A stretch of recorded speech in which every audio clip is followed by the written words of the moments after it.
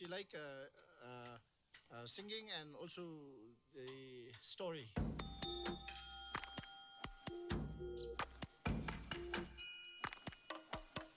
Tida.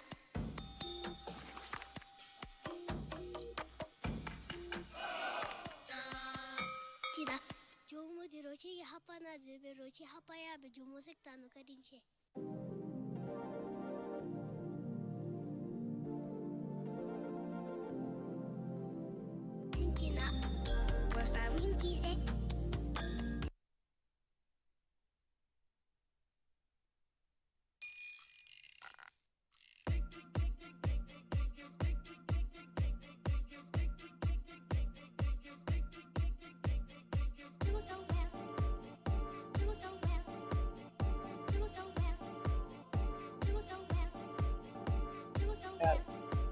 Jeez, too late. I already started. Hello, Fuck chat. you. Yeah, hello. Well, I started early because I tapped my screen wrong, so mine was already counting down. No, you're fine. But You're hi, fine. chat. Hello, chat. Welcome to Under the Welcome Tea. to. Oh, you. God damn it! I'm sorry. Go ahead. No, it's too late. You already took it from me. Okay, you finished. The moment's gone. The moment's gone. No more. Oh, she's all gone. How about you finish? Can't get it up anymore. Oh no, the intro is limp. Anyway. See what Akko does to me, chat.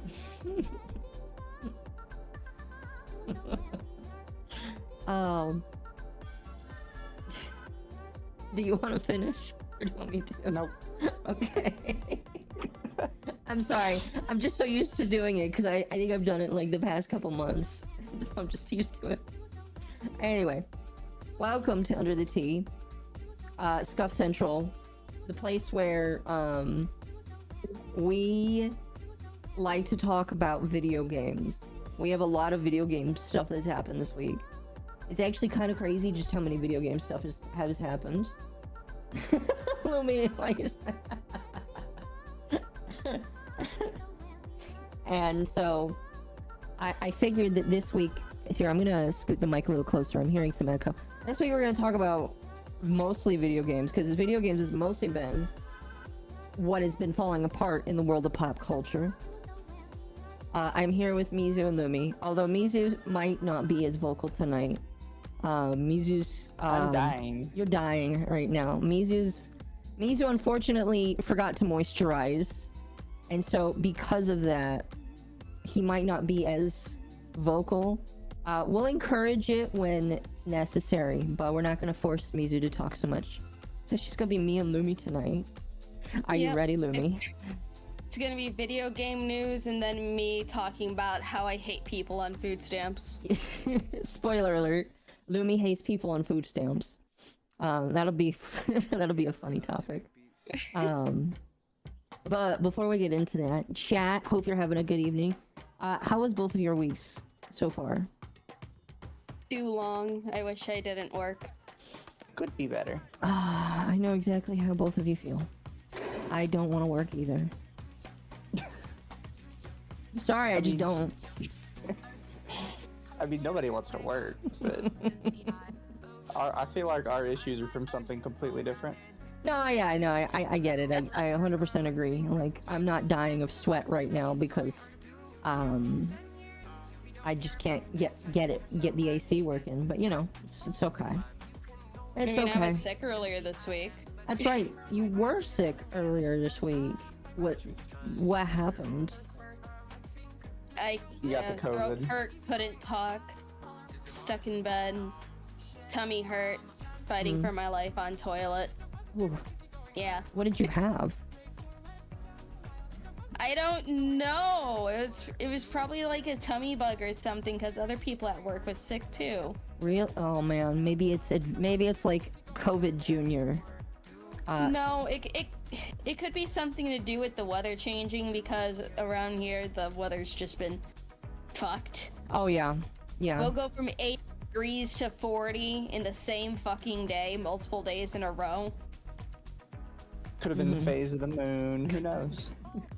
I blame the astrology girls with their moon phases. I mean, what was it? The eclipse happened not too long ago. Maybe you had a delayed symptoms of falling the fuck apart.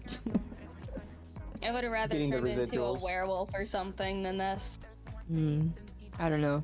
I know that so it's been raining off and on here. Where I live down in the south, the rain is very... It changes day to day. I don't know how many people know this, but there is ways to influence the weather. Because in India right now, Because the government does it. Clearly. yeah, like in India, I don't know, chat, how many of you know this, but in India, a lot of them are suffering because it is just pouring with rain. They've been flooded, like to the point where their cars are floating away in multiple parts of India. So It's pretty much confirmed. They confirmed that we seed the weather, and so I have a feeling that where I live they seed the weather as well. However, it's not consistent because they're like, hey, we're planning for rain 7 days out of the week, and then like 10 minutes later, like, actually it's gonna be sunny, 95 degrees with 80% humidity, and I hate it. I absolutely hate it. So you know, I get headaches often because of the changing pressure. You heard it here first, chat. The government's out to get Akko. Yep. No, the They're government changing the weather specifically to fuck with them. It's specifically just me, chat. It's because I'm an octopus. I don't know. It's because you know too much. I do know too much. When you become an autistic person, implying that you could not be an autistic person from the beginning, but when you become an autistic person, you gain knowledge of the government. You don't glow in the dark like some people know feds do, but you like gain the ability to see people that glow in the dark. So I have this innate ability. They're glowing? Absolutely not. I don't glow, but I can see the glowies. If you know what I mean. Yeah, Chat says they're turning the clouds gay. They are, yes. Like the frogs, they're turning the clouds gay. Oh goodness.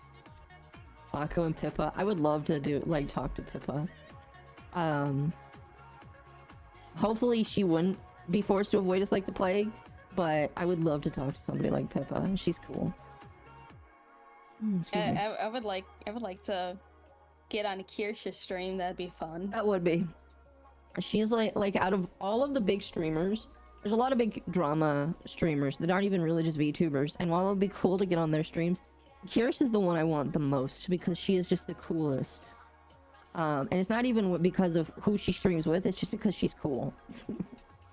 She streamed with MommaOcco, so it fuels me to collab with her and Gundam even more. And just like I need it's a goal in like the next 2 years to collab with one of them. Well, as we go, by the way, chat, here's my soft way of saying this.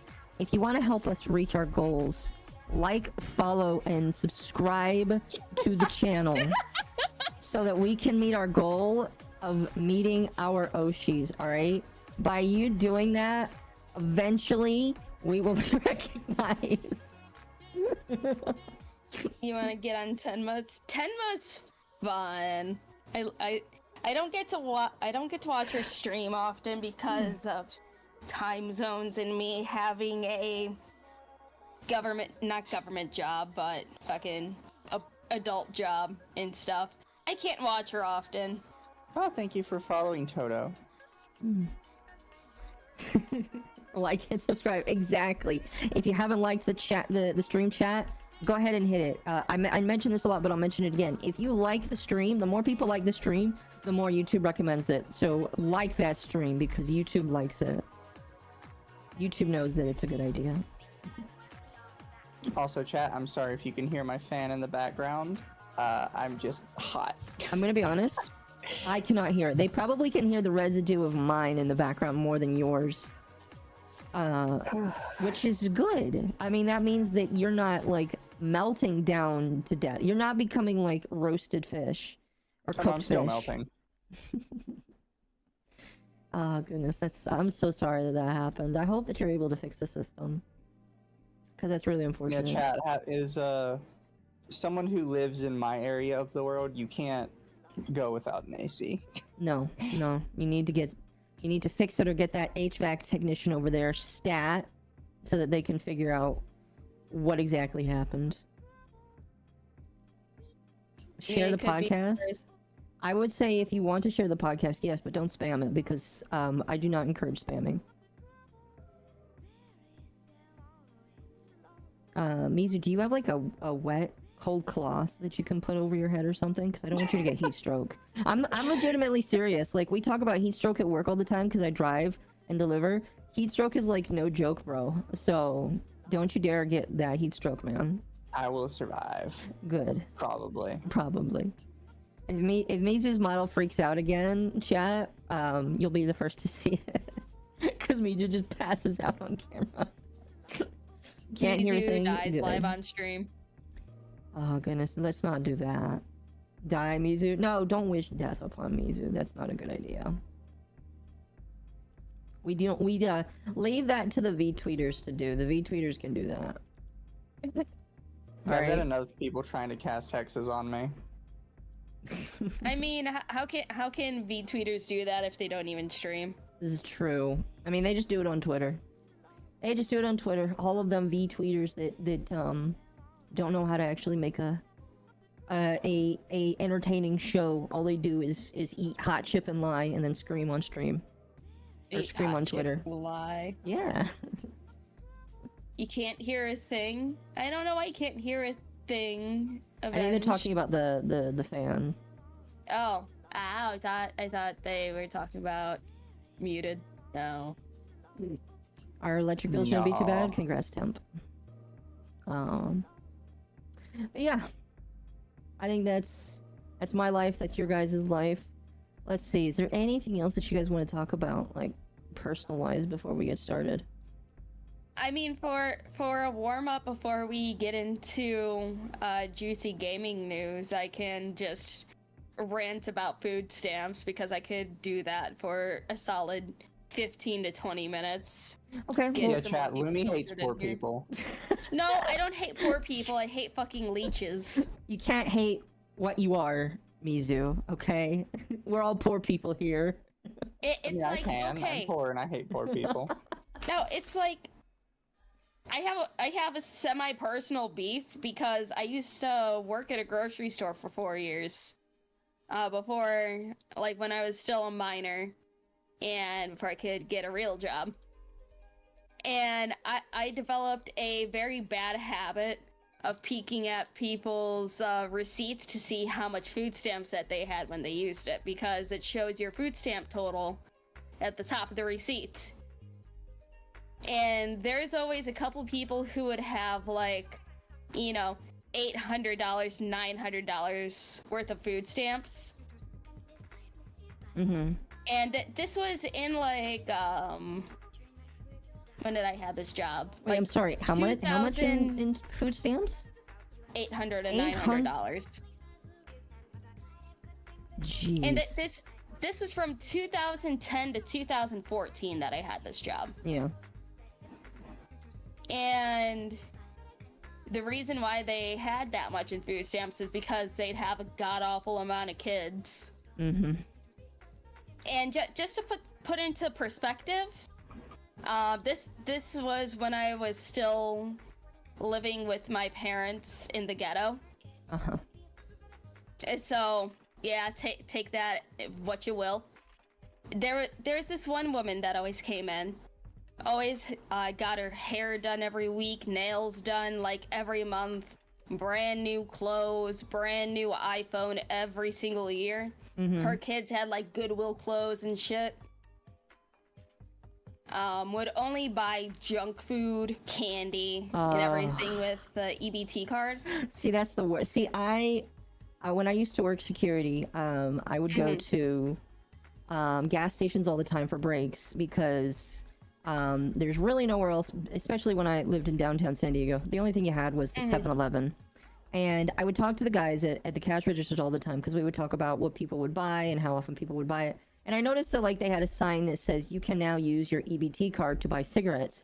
And I looked at him and I was like, EBT is food stamps. He's like, yeah. He's like, why are people buying cigarettes with food stamps? Shouldn't food stamps be used for essential food items? And he's like, yeah, California doesn't really seem to care what you buy with it.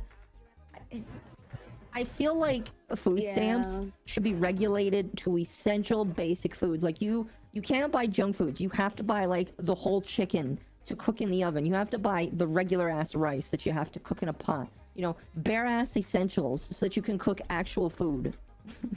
It's like they won't do that with food stamps, but they do that with WIC, where you can only buy certain foods. My mom was on WIC for a while. Yeah, so it's like, you know, you can only buy like certain types of breads, certain types of juices, certain types of cereal, and everything like that. Mm-hmm. But continuing on with this fucking woman. Yeah, she would buy frozen food, junk food, all this shit. And then after that purchase, she would buy like $200 worth of alcohol and cigarettes, pull out a huge wad of cash, and pay for it. Mm-hmm. I turned into such a bitter person after that job. No, I agree. And I'm just like, man, people like you piss me the fuck off. There's this couple that would come in that would have, they didn't have as much food stamps, but they'd have like $300-400 for food stamps, but would buy 2 liters of soda, bags of chips, shit like that, sell those to the corner store for cash.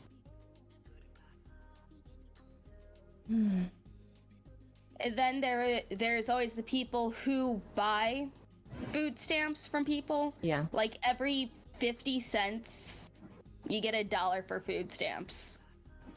And I knew a couple people who sold their EBT cards.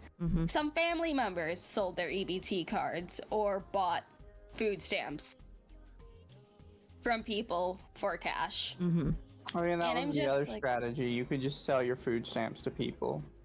Yeah. I don't really understand how the whole market works, but... Isn't that illegal? Probably. It is illegal. Hell, there's corner stores that, like, you can't buy alcohol or cigarettes with food stamps, but they'll ring up other items to the amount of the... Alcohol. Alcohol and cigarettes. So people would technically buy with their EBT cards. And I'm just like... When my family needed that shit, we didn't qualify for it, even though we really needed the assistance at the time. But all these people know how to cheat the system, or like claim X as a disability, or whatever, and get a shit ton of money for food stamps. Chat says it's a felony. It's like you can report people, but do you really think people are going to go out of their way to actually report these people? I would. Fuck 'em. I'm sorry. Maybe, I don't care if that makes me like a Fed snitch, chat, but that kind of shit is like, because here's the thing. When I see people abusing the system like that, you're not just stealing from one person. You're stealing from the government, which means you're stealing from me. All right? I pay the government my hard-earned money in taxes that I don't want to do, but I do it because I'm forced to. And then you got these jackasses that will waste that money on things that they don't need. I'm gonna say right now, if you're poor and you have to rely on food stamps, you shouldn't get to drink, you shouldn't get to smoke, you shouldn't get to have the amenities in life. You should pick your ass up off the ground, get back to work, and when you don't have to rely on that, then you can buy the expensive alcohol. Then you can smoke your ass to death all you want. But if you need to use my money in order to live, you shouldn't get to pay for that. I'm sorry. Everybody should be required to use WIC, in my opinion. Yeah. Getting It's spicy like, in here, chat. This is why I am all for drug testing people who are on government assistance. Drug test them. I don't give a shit. They have to take the test at a government facility. I don't care. See, chat, I just wanted a fun little drama show, and then I made the mistake of inviting 2 women to it. Now they talk about politics and food stamps. I mean, I could go extra unhinged, but I don't think that'd be very good for our optics. I'm joking. Nah, I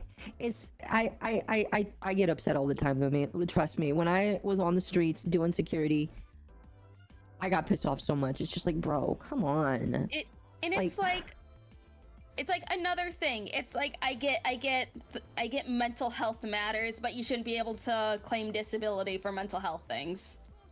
I don't give a shit. Unless it's like, diagnosed severe PTSD. I don't care if you have BPD or some fucking depression type shit. I'm chronically depressed. I am clinically depressed. I have diagnosed clinical depression.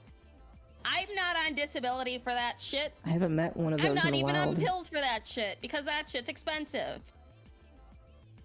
You shouldn't be able to get government assistance because your mental health fucking sucks. Mm-hmm. Yeah, I agree. I agree. But yeah, normalize drug tests for government assistance. I feel like that shit's gonna come in the future. I hope so. It's like, I don't care if my tax money goes towards drug testing people who are on government assistance if it means less of them are gonna be on government assistance. I agree. Just spicier and spicier, chat. I could get worse. So what's first on Akko's docket? Let me bring it up. That was technically later down there, but we will. Okay, so a lot of this is gamer related here. We have a few VTuber topics, chat. We'll probably sprinkle them in. Some of them aren't probably going to be very long in terms of VTuber topics because not a lot has happened in the VTuber sphere.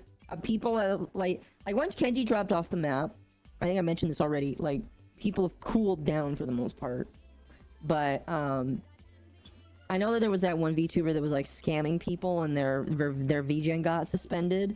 Do you know anything about that, Lumi? Because I think you said that you bought art from them.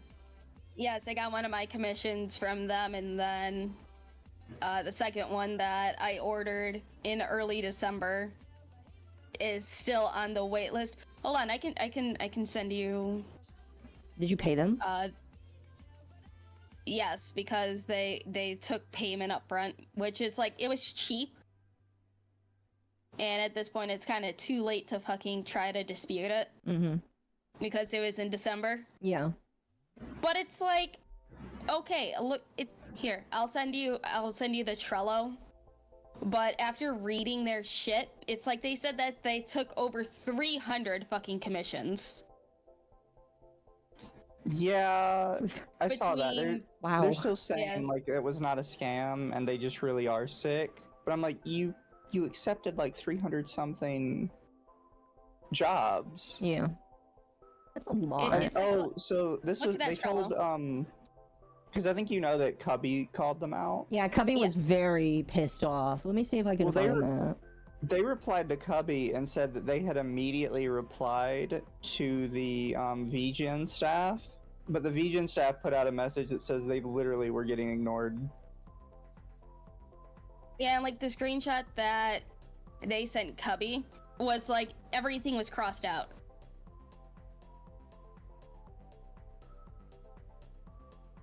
But this, the Trello that I sent is just their commissions from coffee. I don't know how much they got from VGen. Wow. They have I don't want to read all of this because, like, too long, bro. But, like... It's a lot of yapping. Holy shit. But there's just, like, 5 pages of them just saying, my mental health was in the toilet, so I quote-unquote went to a hospital. And if that's the case, and I'm not gonna, I do feel like I have a similar experience with this because I had another artist that was taking on too many commissions and then they never got my project done. Now they're getting it done because they don't want me to report them. But in my personal opinion, if you have to take on that many commissions to make your money, you probably should go get, and this isn't me being mean, but you should probably go get a job. If you have to take on 300 commissions like that, at this point I'm not sure if they are scamming or if they just got overwhelmed. I could definitely believe either or, but let's just say that they weren't scamming and that they were overwhelmed. You probably should go get a job. Just saying. It doesn't help that, like, they were only charging 10 euros for the Your Character Here art. Is it 10? It's wait, like 10 euros?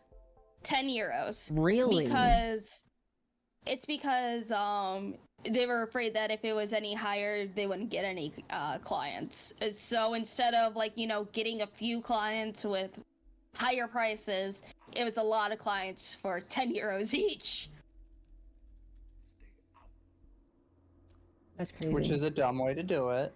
Occo lays the law. I'm just saying, if you have to take on that many commissions, go get a fucking job. I don't know. I don't know what else I could say about that, but holy crap, man. And apparently now they are $600 in the red because people were disputing in PayPal. Well, they should. People should be. If you can't and this is also like, again, if like this person just had a major mental health, oops, sorry chat, you should probably return all their money and just go get a regular job. I don't care. It's like, I don't know where they live.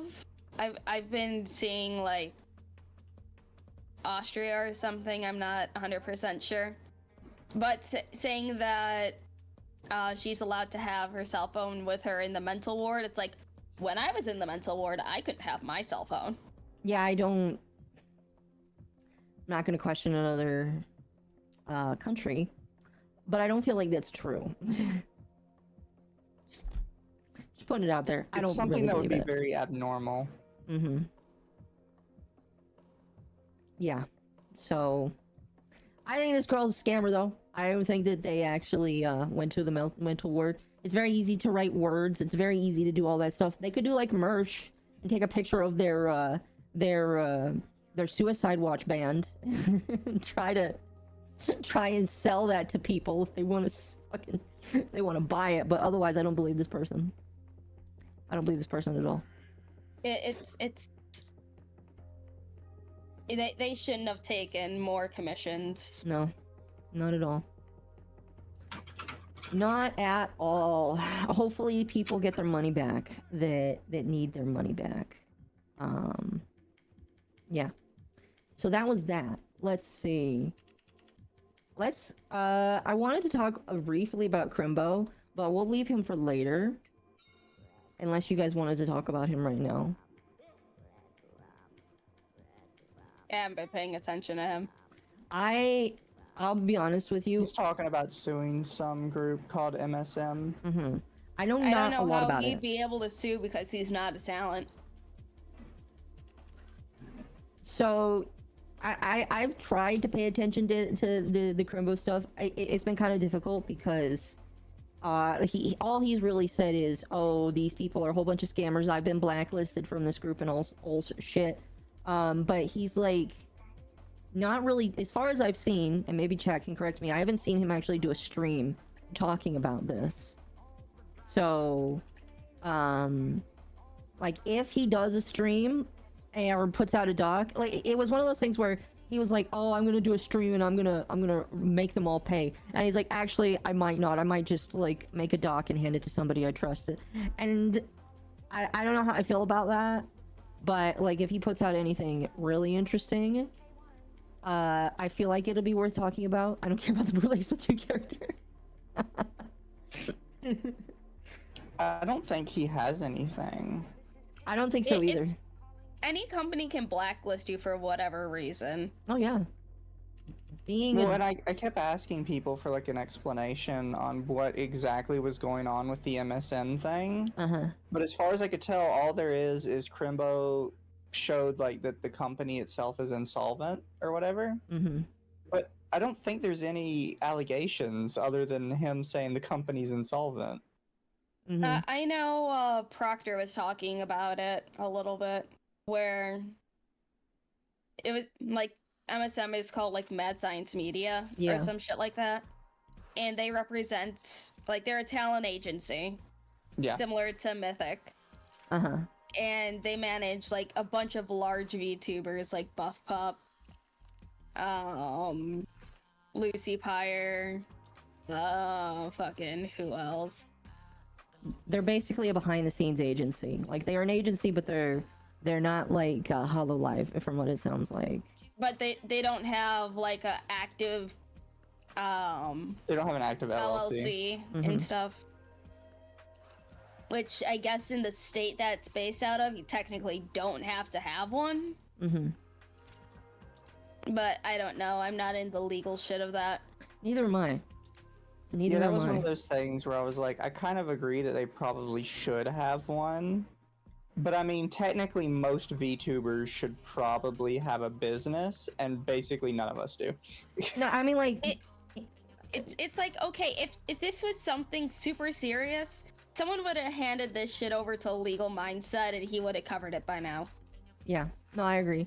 I think that the fact that it's not even on his radar means that it's not really much of anything.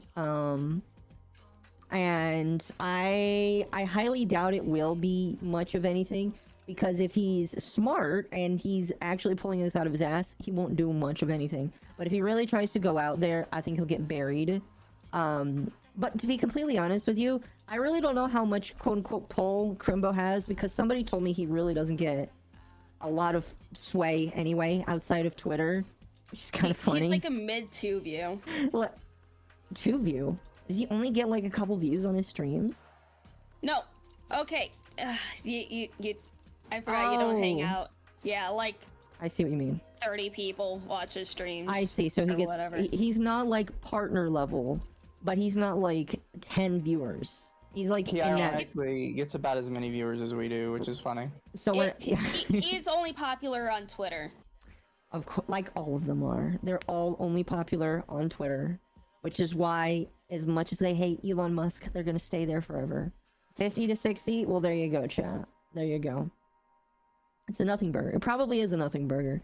I just thought it was interesting because he seemed really ass mad about something. I mean, like, if it's true that he was blacklisted, oh no, you got blacklisted. Everybody gets blacklisted for something for some reason. People blacklist us because we talk drama. Oh no. See, nobody cares. I think he was trying to utilize the fact that people have talked about blacklist in regards to something else to try and benefit himself in that. Mm-hmm. But the thing is, blacklist by themselves are actually fairly standard. What people are talking about when they talk about VTuber blacklist is mid to large size VTubers will make lists of people they personally don't like and pass it around to their friends and be like, don't work with this person. Mm-hmm. Mm-hmm. When a company has a blacklist, that's just saying for one reason or another they're never going to hire you. Yeah. Yeah. Rarely means that they're spreading that to other companies. It's just like, we personally don't want to hire this person. Like, I know most chain stores, if you quit, like, without notice, you are blacklisted. Yes. They don't share that to a bunch of different other companies or anything, but they will never hire you again. Yes. I'll go ahead. It's just like, you would think with this many large creators, and it's not even all VTubers and stuff, mm-hmm. that if this was a scam, this would have fell apart like a long time ago, especially with some of the like legal, like not necessarily team, but like legal representation that some of them have. Mm-hmm. This would have been blown out of proportion months ago. No, I agree. Because it's like fucking Porcelain Maid is under these people, Pumpkin Potion, that one like retro VTuber. Yeah. Fucking who else? Finster is even represented under MSM. Really? Yeah. No, yeah. Is Primus. Crimbo's got nothing. Crimbo fucking... Vexora the Sun Eater is... Crimbo, It was just one of those things where nobody who's actually a part of this group, as far as I can tell, has said anything negative about them. No. It's only Crimbo, and it's only because he's not allowed in it. Mm-hmm. Well, and his friends. I think his he mentioned like 2 or 3 friends by name. I think they also probably trashed it with him. Mm-hmm. But I didn't personally see it, chat, so I don't want to like sign my name to that or anything. Now, here's what I'm gonna say. This is my opinion off of like just hearing all of this. He's got nothing. He's got absolutely fucking nothing.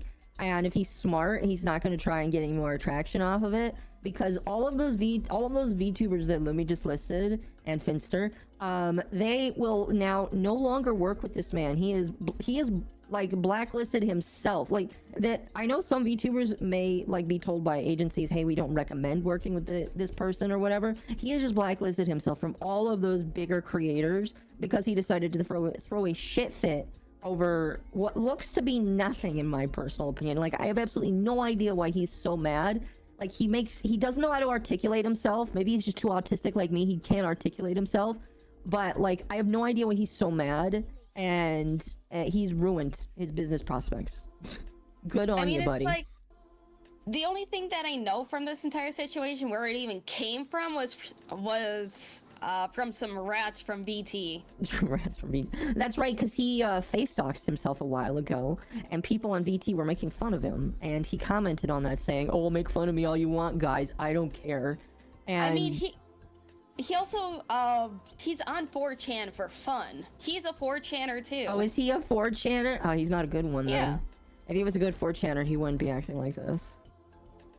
He's one of those autistic ones that pretends that they know the culture, yet he doesn't actually know how it works.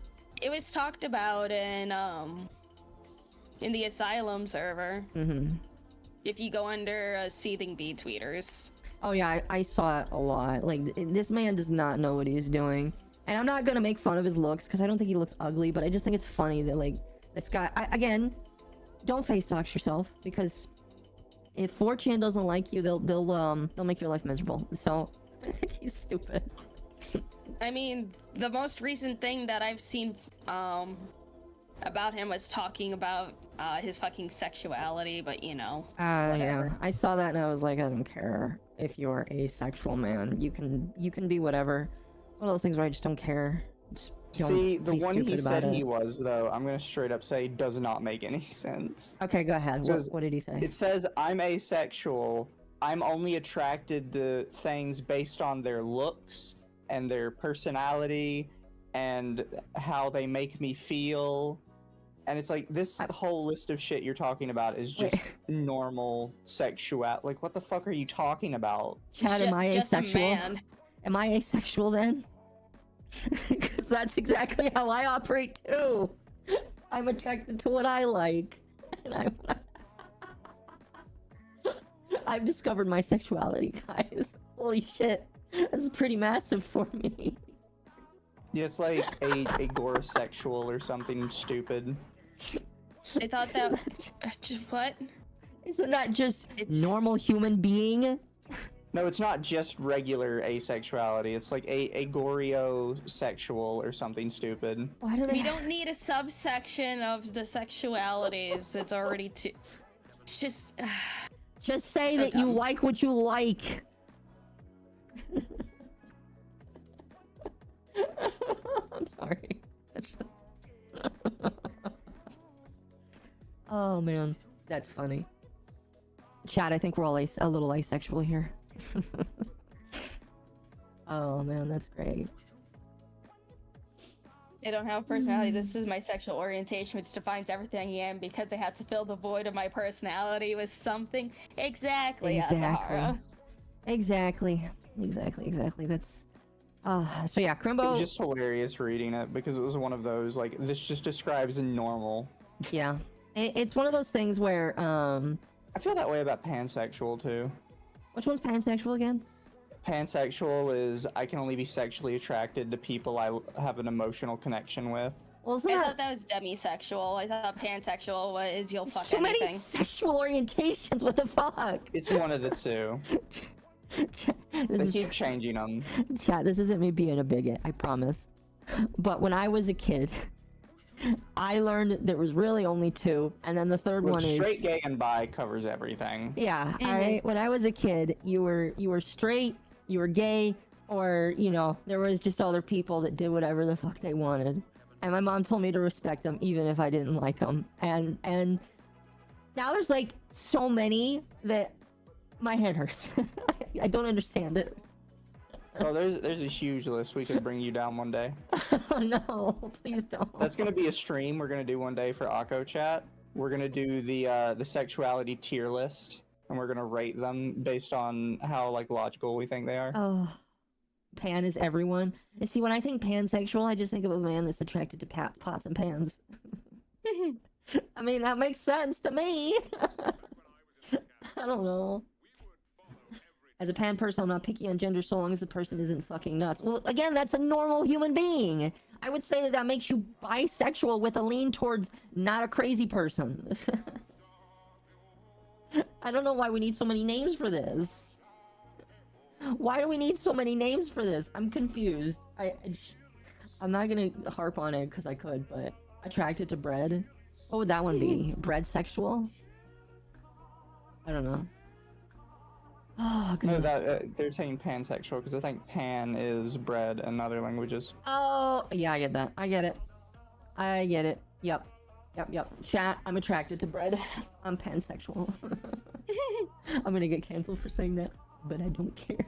No, chat, we're not doing yeast sexual because that could actually mean something completely different. It's pretty fucked up. No, fuck no. Okay, no. that fucking... Yeah, that reminds me of a fucking video that I seen. This one chick said that... No. There's this one chick that said that she made... Oh, the girl that made bread with her vaginal yeast? No. With her yeast infection, yeah. No. Yeah. Made bread with her yeast infection, and her husband ate it. And then they got white shit all over their tongue. Because surprise, surprise, chat, you should not be making bread with vaginal yeast. I'm not like I mean, no, don't forget, fucking, what was that bitch? What was her name? Was it Amaranth that made alcohol with her vaginal yeast? Yes. Oh yeah, that was... I'm not like a human, an expert on human, not psychology, but human physiology, but I don't think that vaginal yeast is something that you should be like ingesting. I know that when a woman has a baby, she can take that placenta and plant a tree because it's good for the tree, but you shouldn't be like doing stuff with the parts that come out of there. Like Oh no. I'm confused. You can actually have the placenta be made into pills, and because of the vitamins being so good, it's actually good for the mother to take to help with breast milk production. And that's fine. That's not like unhealthy. Yeah, that's fine. Okay. It's medically proven that it is healthy for the mother to consume the placenta. You know what? Fair enough. I mean, here's the thing. If it's your placenta, that's probably fine. You know, chat, while we're talking about e-girls doing gross stuff with their bodily fluids, we could talk about one that came up this week that is legitimately unfair to the e-girl, where Bella Delphine, famous bathwater salesman, oh yeah, had her, what is it, PayPal shut down for selling her bathwater, and PayPal stole $90,000 from her. Yeah, that is. Oh yeah, I remember that. Yeah, it's pretty sucky. She made $90,000 off selling her bathwater, and then PayPal shut her account down and said, "We don't believe you should be selling your bathwater, so we are confiscating the $90,000 and keeping it." By the way, chat, she can't sue them. As a fine. She can't sue them because the government says that she's not allowed to. I don't know. She might be able to. It's too late in my personal. I mean, if she can, she should, but I just don't think she would be able to now, sadly. I think eventually somebody's gonna have to sue PayPal. They're gonna have to sue the government first because PayPal will just say the government says we can do this without worry. No, because PayPal's argument is it was in our TOS, and a lot of people forget TOSs are non-legally binding. They have to. The government only upholds a digital TOS when it is considered reasonable. Interesting. I don't know. I when it comes to e-girls, I think that they do weird, stupid shit, but nobody should be stealing $90,000. That's like, even if it's fucking bathwater, man. Like, they shouldn't be doing that. That's so dumb. PayPal makes me want to do comms in crypto. Do it. Learn crypto. Get your people to learn crypto. See, here's the thing about crypto. People think it's hard, and yes, crypto's a little bit difficult to learn and understand, but get on Kraken, make a wallet, and just put enough money into crypto that you can sell it to somebody else. And also stop trying to buy like fucking meme coins. Yeah, don't buy meme coins. Regular Bitcoin. Buy Bitcoin and Ethereum. Those are the two only ones that hold any value to them. Other than that, don't buy the shit coins. All right. Yeah, stop getting jebaited into random ass meme coins. Payment processors are another issue. But I feel like the day for payment processors is coming eventually. Because it's getting to the point where they're banning things that aren't even sexual, and that is going to be an issue for them in the future. We will have to see where it goes in the future, but somebody's going to have to fight it at some point. We will. And I hope and pray it's not bloody violent. Hopefully not. But yeah, unfortunately, Bella Delphine lost $90,000. And see, the saddest part about that is she sold that bathwater. All of the dudes and probably some girls got their bathwater, their dirty bathwater, and she didn't get anything for that. Like, man, that's gotta suck. Yeah. I can't imagine what it's like to debase yourself like that, take a bath, scoop up that bathwater, sell it, and then find out that PayPal thinks you don't deserve any of that. Like, man, it sucks. Surprised she could sell anything in the first place. Thought that thing would count as a biohazard as long as it's labeled properly. Like, bleach is a biohazard. Oh yeah, there's a lot of cleaning materials that are considered and obviously we don't endorse this, but you can like do a lot of crazy things with cleaning materials. Doesn't mean you can't sell them. It just means you shouldn't be a dumb adult. You know what I mean? They just have to be labeled properly. Yeah, label it properly and make sure that the customer knows. Don't fucking drink this or put it somehow in your body. Yeah, there was like a warning on her bathwater that says not for human consumption or something like that. Yeah, that's probably good enough in my opinion. Man, it's like it's been a minute since I've seen any of Belle Delphine's stuff. Yeah, she's kind of been offline. And like I didn't realize that she had a doll made to her likeness. She made it.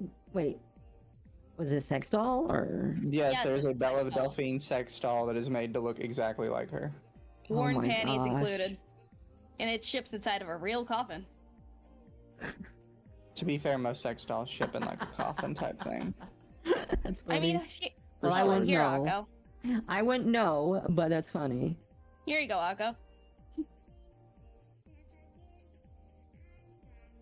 Oh, hold on, let me fucking do the VX Twitter thing so you don't have to open it. Oh no, my screen's not displaying on. So, but what the fuck?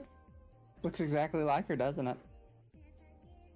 See, now, chat. I know a lot about like rubber and stuff. I know. Wow. It's probably around 2 to 3K. Yeah. No, I bet it's more expensive, honestly. You can also get a Belle Delphine keyboard, mouse pad, and mouse. Well, that's normal merch. Chat, imagine like we get merch in the future where it's just a full. Would you buy an Akko, Out of the Lumi, or three of Mizu? us, I'm the most likely one to have a full sex doll as a merch option.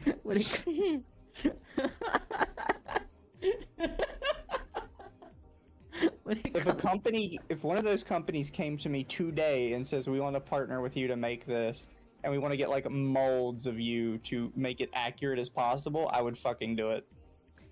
Would you like work out for a while to be in peak Mizu condition, or do you think you'd be perfect now? Oh no, they would just do not those kind of molds. Oh, okay.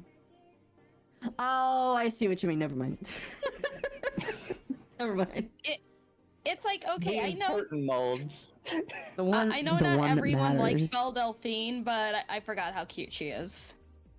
Isn't that silicone? Yes, so it's made out of, I believe, medical grade silicone, which isn't necessarily that expensive, but when you make an entire doll out of it, the cost does kind of ramp up. I remember, I know there's a website that creates breast forms for people that want to cosplay. Those things can get pretty expensive pretty quickly. So. Mm-hmm. I mean, it's like for medical grade silicone, and just to get something simple from fucking Bad Dragon is like $100 and something. Well, yeah, but you're paying for the brand when you go to Bad Dragon, in my opinion. So I feel like it depends. I think people underestimate how cheap sex dolls have gotten. One of the better companies that makes them is called Honey Love Doll in Japan. Their most expensive ones are 2,000, and their cheapest are like 700. You aren't actually paying for like the quality of the doll most of the time. You're paying for the realisticness of it. Yeah. pretty cheap date in my opinion. Oh, and they also send them in coffins, so. Yes. That's funny. I imagine Octomum's an Octorok. I mean, I probably could be, but I don't spit balls. You know, you can get heating installed. Inside the doll? Yeah. Mm-hmm.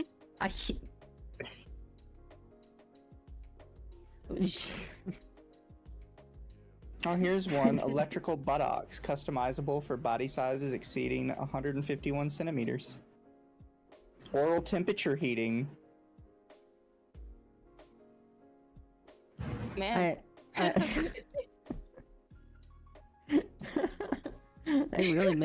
They really making boys single. You don't need a real girl. You got one that can be. You can just like sleep with her at night, and she'll keep you heated all night. Chat, most sex dolls cost less than my VTuber model.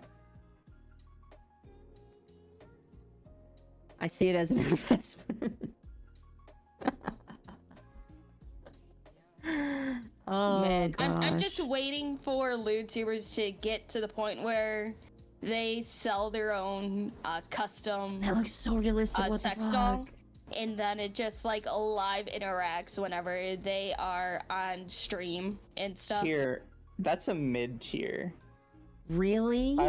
Here is one of the most expensive ones you can get. Obviously, chat, we're not going to show this on stream because I don't know, like... Well, you definitely can't show this one on stream. I don't know if YouTube will like this. This is one of the $3,000 models. Why, let's see, delivery in 7 days, electric buttocks. Automated. Jesus Christ, that's a large sale for this one. Hold on. $1,050 off. What the fuck? What the Oh my gosh, that's awesome. Depth 6.69 inches. Wait, is it really 6.69? Oh my gosh, that's intentional for sure. Oh my god, no, chat. That's for the butt. Chat. What is the name of this doll? Paula. Paula, yeah. Paula, the redhead. She almost kind of looks like what's her face? Angelina Jolie. Not Angelina Jolie. I was thinking of the other one that is a redhead. I'm telling you, she's a bit to look like Angelina Jolie. Oh, is Scarlett she? Johansson? Yeah, I was gonna say Scarlett Johansson. Just imagine, chat. Scarlett Johansson here. You're getting a life-size Scarlett Johansson Barbie doll. It comes with the doll, a comb, a heating rod, a vagina cleaning tool. I don't know what that is. And it comes, guys, men, you can finally play with Barbie dolls are for everybody. All right, there's the ones for little girls, and then there's the life-size ones for men. You can dress them up, take them. I wouldn't take this out on a date, honestly. I'd feel kind of embarrassed. But like, you can go out with them and come back. Okay, I just got a genius idea for when we start the Finsley stream. So we need to go on this website and just do a sex doll tier list. Oh man, we should start that soon. We should talk to Mark about getting that set up. Yes. Well, one step at a time. We'll do merch first and then do that. Oh, by the way, chat, we're working on merch. Paco is going through the merch stuff. Mizu has got some in production. Lumi, don't you have something that you're planning to do for merch as well? Yes. Okay, so we all... I mean, I have multiple art pieces that I could use for merch. Okay, so. But you have one selected that you're gonna get to Paco. Yes. Okay, so chat, we all have merch that is coming. I have a poster. Mizu's gonna have a poster. Lumi's gonna have a poster. You're gonna get to buy podcast merch. It's gonna be amazing. I'm excited. Also, people voted and they want the balls. Oh, they we'll just have want to it. see if the balls are allowed. We'll see. We'll see. Obviously, Paco gets to say have the final say. Because, like, I think the only problem with that is... Oh, shoot, my brain just Look, lost chat, it. if it was just up to me, I would give you the balls. But it's not just up to me. We could, like, I don't know. Maybe there could be, like, a future version. I don't know. Again, the problem is there's a limit on what merch can be and what merchandisers will sell. And we'll just have to wait and see. Plenty of places to sell not safe for work stuff. Well, yeah, but we'll just have to wait and see. I'm not gonna say I'm the final say on it because I'm not, but Paco, so just no chat. I petition for you to have the balls, and if they say no, that's on them. Excuse me. I use merch money for autism cap? No. You don't want your autism cap? I don't need one. I already got. No, we'll use the merch for future things. You need to get a custom-made autism cap for future merch, and it just has like a derpy ass fucking Occo on it, or just the MommaOcco. Well, we could just have a be patient, I have autism like rip off, and then the Occo is like on the side of the hat. I don't know. Random VTuber news viewer tease their models' eyes. They look nice. Wasn't too sold on the silhouettes. It's like, are they actually the eyes? Or is it just like a eye banner like a lot of VTubers been getting? Because I highly doubt those are the actual model's eyes, because I am sure just the eyes alone and the eye effects would take up 80% of the PC processing power. Oh yeah. By the way, were we wrong about VLR? Because I remember we did a stream talking about them and kind of roasting the creator, but I'm wondering if they were seem wrong. to be pretty legit. Oh yeah, I agree. I'm willing to say that. Extra fucking bold of them to have a super lolly and 2 other lollies in that group. I would say that is definitely ballsy, because when you have a lolly, you're unless you're like safe for work, you're kind of asking for trouble. So if they make it work, hey, good for them. That is a purely not safe for work agency. Yeah, that is pretty dangerous. So listen, if they make it work, great. I know that Az is really kind of excited about them, so I trust Azahara's opinion. They're pretty good faith on things. So if they have faith, then I'll have faith. I require a Lumi bulge mouse. I don't think that's how that works. I mean, titty mouse pad coming soon, hopefully. Yeah, we can do so. I could probably get to do a do bulge mouse pad. It's hard to get a good one though, chat. It's easy to get the titties. It's easy to get the ass too. Yeah, because you can have like the back bent. It's really difficult to get the balls. Mm-hmm. Want to But see I their will try business for you, model? chat. Yeah, I am interested to see what their business model is, and if we're wrong, hey, I'll be willing to admit it. It'll be the first time I feel like we've been wrong about something, so. Oh yeah, VLR is a new upcoming agency. They had their auditions a couple months ago, or they just closed their auditions last month, and they are debuting, I think, in June. Mm-hmm. Hopefully everything works it's like out. I decided to randomly reach out and email them, and just to say, hey, do you require people with like previous not safe for work backgrounds and stuff? Mm-hmm. And they said, yes, we require people have not safe for work backgrounds for like voice acting and stuff. That's interesting. So, Yeah. basically someone who is already established. Well, not, established, but already has that experience. Mm-hmm. Because I get it. I understand, because, you don't want people who don't have any kind of background and ready for that type of shit to be thrown into an agency like that, and then they get uncomfortable, and then it's like, I want to quit, and it's like, well, that's too bad. Yeah. No, I get that 100%. So, I wish the best for them. I definitely do. I know that like some people commented on our stream about that and got really mad at us, but like again, if they're successful, great. Great. We don't wish anybody to fail. It's just sometimes people are really dumb in how they present themselves. Agreed. I am definitely going to be keeping an eye on their lollies though, because I want to see how many people who suddenly change their mind about LollyCon. Oh yeah, definitely. I'll be honest with you, the best thing in the world is to see people who change their minds and then to laugh at them and say, wow, what a fucking hypocrite. Mm-hmm. Because have you guys seen the new silhouettes with the heights and stuff. I did see them, yeah. Man. I did. Yeah, Beeler Gen 1 debut on June 1st.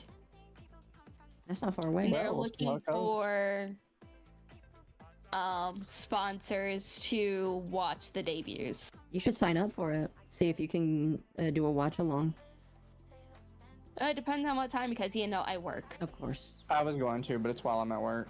Oh, is it really? Yep. They're not lollies, they're short stack colors.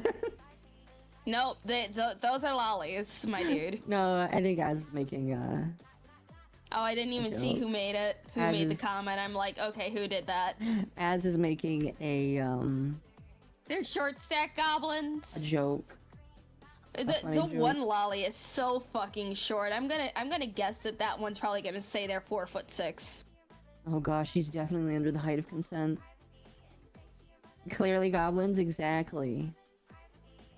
Yeah, I learned that from Vouch. Vouch, no, like, listen, chat. If you want to just say no, they're not lollies, they're just short. Just like say, look at Vouch, your favorite guy that you like to watch. He says that they're goblins, so it's obviously a short stack goblin. How does one get started in not safe for work VC? From what I've seen, actually, Lumi, you've done it, haven't you? Yeah, before the Tumblr porn ban. Yeah. So how did all people of my do it? stuff? All of my stuff got fucking nuked to the shadow realm. Yeah. So even if I wanted to audition, it's all gone. Right. It's weird getting, like, when I did a little bit of it, it was for Homestuck. Mm-hmm. I was doing voices for Jane Crocker at the time. Oh, cringe. Leave me alone. I know nothing about Homestuck, so I don't know if it's cringe or not. I got to make some good friends out of that. But just basic. I mean, it's the same as getting into normal voice acting, except you fake moan. That's about it. You just gotta make it sound convincing, like most women. Oh, that's funny. And also, like, if you're required to make your own sound effects, a lot of hitting your hand on your thigh. Uh-huh. Bam! Oh, that's good. That's good. That's good. It's always funny. Mm-hmm. It's like, Of course, chat, there's always the option to just be a method actor.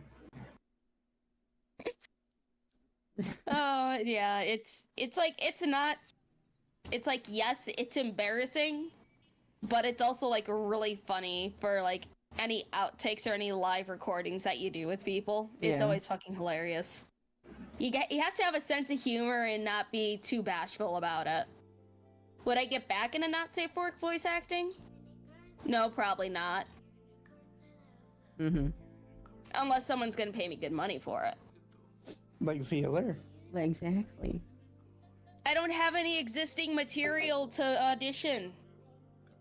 And I don't feel like re-recording. Sag, you lost it. Or what if they hear this stream and they're like, you know what, we'll take your word for it. Here's your They would be very $1,000 sign-on bonus or something. I don't know. Here's your lolly model. They'd be very dumb to do that. Here's your hag. I will be the hag for Veeler. But if anything, if I were to audition for an agency, it would probably just be for either FaZe, a long shot at Hollow, or for just for the pure memes V shit show. I thought about that. A lot of their talents seem to have cooled down a little bit. They're all nepo hires. Well, no, what I'm saying is, like, it appears that the V-Shoujo is kind of cooling down with controversy. I don't know, where's the money for... I don't think we're ever gonna get an answer for that. I think she's just trying to stay in her corner now. If somehow one of us gets into V-Shoujo, just the first thing to say is, where's the money fruit? Oh, we would be gonna let go the next day. You know that. You know that. In my audition tape, there's just gonna be a very subliminal messaging. Where's the money? Yeah. Oh man. Oh man. I think I'd gun for FaZe, or maybe Idle. FaZe is definitely. If they kicked Fruit out, it would fix everything. I don't know. I don't think it would. I don't know. Shoujo is slowing down. They'll hire more people once Niji streamers start graduating. This is true. This is true. Although they'll probably blacklist some of those ninja streamers that were horrible to the other talents. Would you blacklist a needy streamer?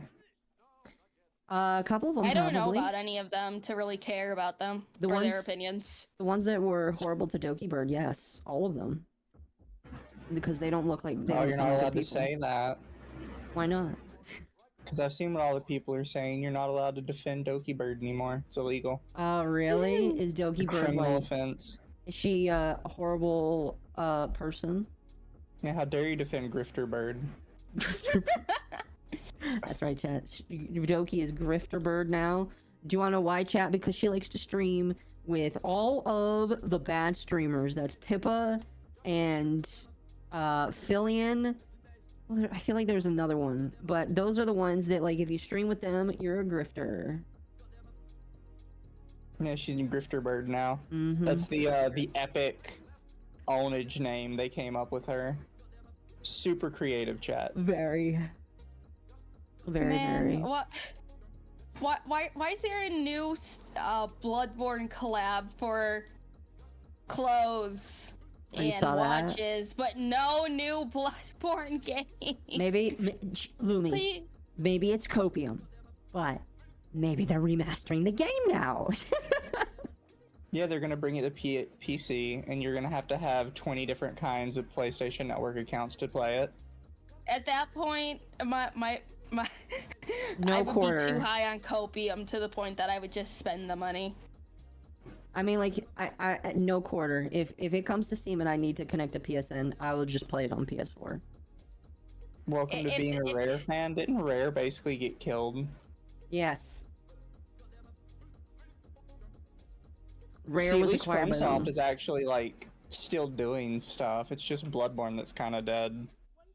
Rare as a company, I think, got forced into making shitty mobile games and then basically got shut down.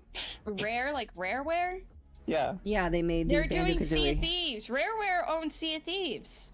You're right. Oh, they have something going. That's right. They do Sea of Thieves. They went from making Banjo-Kazooie to pirate game.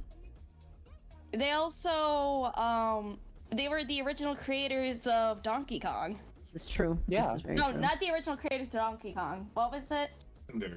Secondary creators of Donkey Kong. They took the franchise and turned it into a platform. They took the franchise and turned it into a platformer. They owned, what character did they come up with? Kong. They came up with the Kong family. Mm. Yeah. Well, but then they worked with Nintendo a lot early on. Oh, they did. Yes, they definitely did. A lot of their old shit is Nintendo. But now they're owned by Microsoft. Yes. Speaking of Microsoft, we got a little off, but we're gonna use this segue to loop back around. Chat, the gaming industry has been on fire recently. Let's talk about how Microsoft just ruined a whole bunch of people's lives this week. Because they shut down multiple game companies. I don't have the complete list in front of me. Frankly, I really only cared about like one or two of them, and that was the ones who made Hi-Fi Rush. Either, because unfortunately that's Zone's Zone. Your What? Your boyfriend's a little loud. Is he like right next to you? Yes. Okay. That's okay. He was just he was louder than you for a moment there, but it's okay. Oh, it's fine. Anyway, Microsoft this week, I think it was yesterday, shut down multiple game agencies that had signed on to them. I think they even fired some people from Bethesda and basically took all these agencies, and anybody that wasn't like let go was merged into Bethesda. And so now, instead of having all these sub agencies that they bought, which everybody could see from the moment that they bought them that eventually they would be closed, but they all get merged into Bethesda, which is also a company that isn't like doing the best. right now. Todd stays winning. Todd stays. Fuck Todd. But they have shut down multiple companies, which is very sad, because some of them, like the one that made Hi-Fi Rush, and I haven't played Hi-Fi Rush, but I have heard that it was a very successful game. A lot of people really loved it, but they shut down all these companies, and I don't even think people were expecting it, nor do a lot of people really understand it, because it came so out of left field. And a lot of people were thinking, and I definitely believe this, because this is a model that I don't feel like is very sustainable anyway. A lot of people are thinking that the Xbox Gaming Pass is not doing very well. And because it's not doing very well, they are probably having to make cuts. And it's my personal opinion that Game Pass is a cool idea for the gamer. Like, it is definitely very gamer-centric. It's made for the gamer in mind. It's not very money resilient for companies. And so I'm pretty sure that we're probably going to see changes to Xbox Game Pass in the future because of that. Just because of how not worth it is for game companies to just, like, have you... How much was Game Pass? Either of you know? It was, I know there's three tiers. There's 3 tiers to Game Pass, okay, if I remember correctly. And whatever amount of money it is, I expect it to go up in value. It's just like with Netflix. None of these models where you can stream or play whatever you want for a certain amount of money every single month, that's not sustainable. It's like, it might be sustainable when you have a few companies that you're paying to own their IPs, and you have multiple people that want to play your games. But there, like, reaches a cap where you reach the nth amount of people that are willing to buy and pay for this. Like, not everybody in the world is going to pay for Netflix or Disney Plus or buy Xbox Game Pass. And so because there is a limited amount of money, there's a limited amount of reach that you can get. And I feel like with a lot of these subscription services, we have definitely hit that for TV and gaming. And we're already seeing with Netflix where they keep raising their prices. Eventually Netflix is going to be like $1 bajillion. And people are going to wonder why they're paying for cable again, basically. But, like, they're just going to get more expensive. And I expect the quality to just not get better or get worse, honestly. Cheaper than PlayStation. We'll see how it goes in the future. Yeah.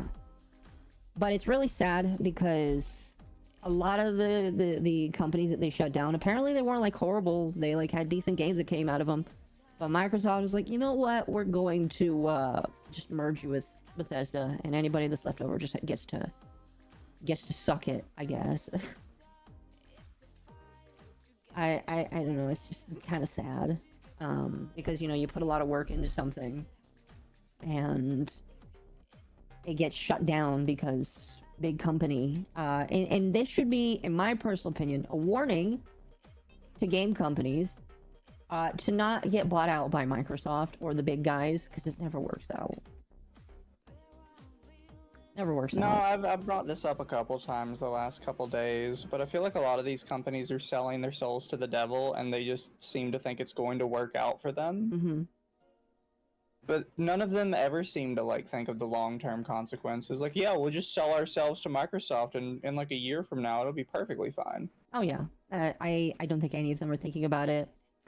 I do think that some of them, like, because for some of them, like Helldivers, which we're going to talk about in a moment, where they signed, like, multiple years ago, maybe back then the idea of what the company asked for wasn't so overbearing, but now it is overbearing, because now they actually expect you to do all the things that you said you would do, that back then you were like, oh, it's not that big of a deal. Yeah, we're going to have to do these random little things, but, like, that's so far away, and, like, it's not that big of a deal now. Now it's a big deal.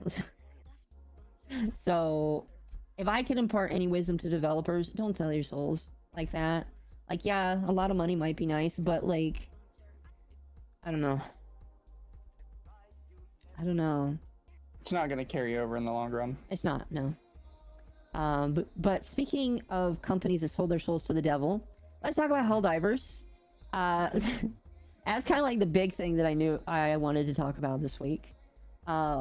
So chat, I think this started right after our last podcast. I'm not actually sure what the day was, but a post came out from the Helldivers Twitter, basically saying, "Hey, everybody, in the beginning, a PSN account was not required because of all of the issues with the game. The game is fixed now, so it's required." And all hell basically broke loose when they said that. A lot of people were understandably upset for that for a couple of reasons, and people started to voice their frustrations by mass review bombing the game. Some people started to request refunds, and I don't know, the whole thing was just like a crazy firestorm. I think part of the problem that I know part of the problem that people had is when it comes to PSN, it's a bit of a multifaceted issue. Number one, nobody likes Sony right now. Sony kind of sucks, period. They do nothing but censor all of their games or make it impossible to enjoy them. And because of that, people just don't want to interact with Sony at all. Another reason is Sony is very infamous for having very poor security.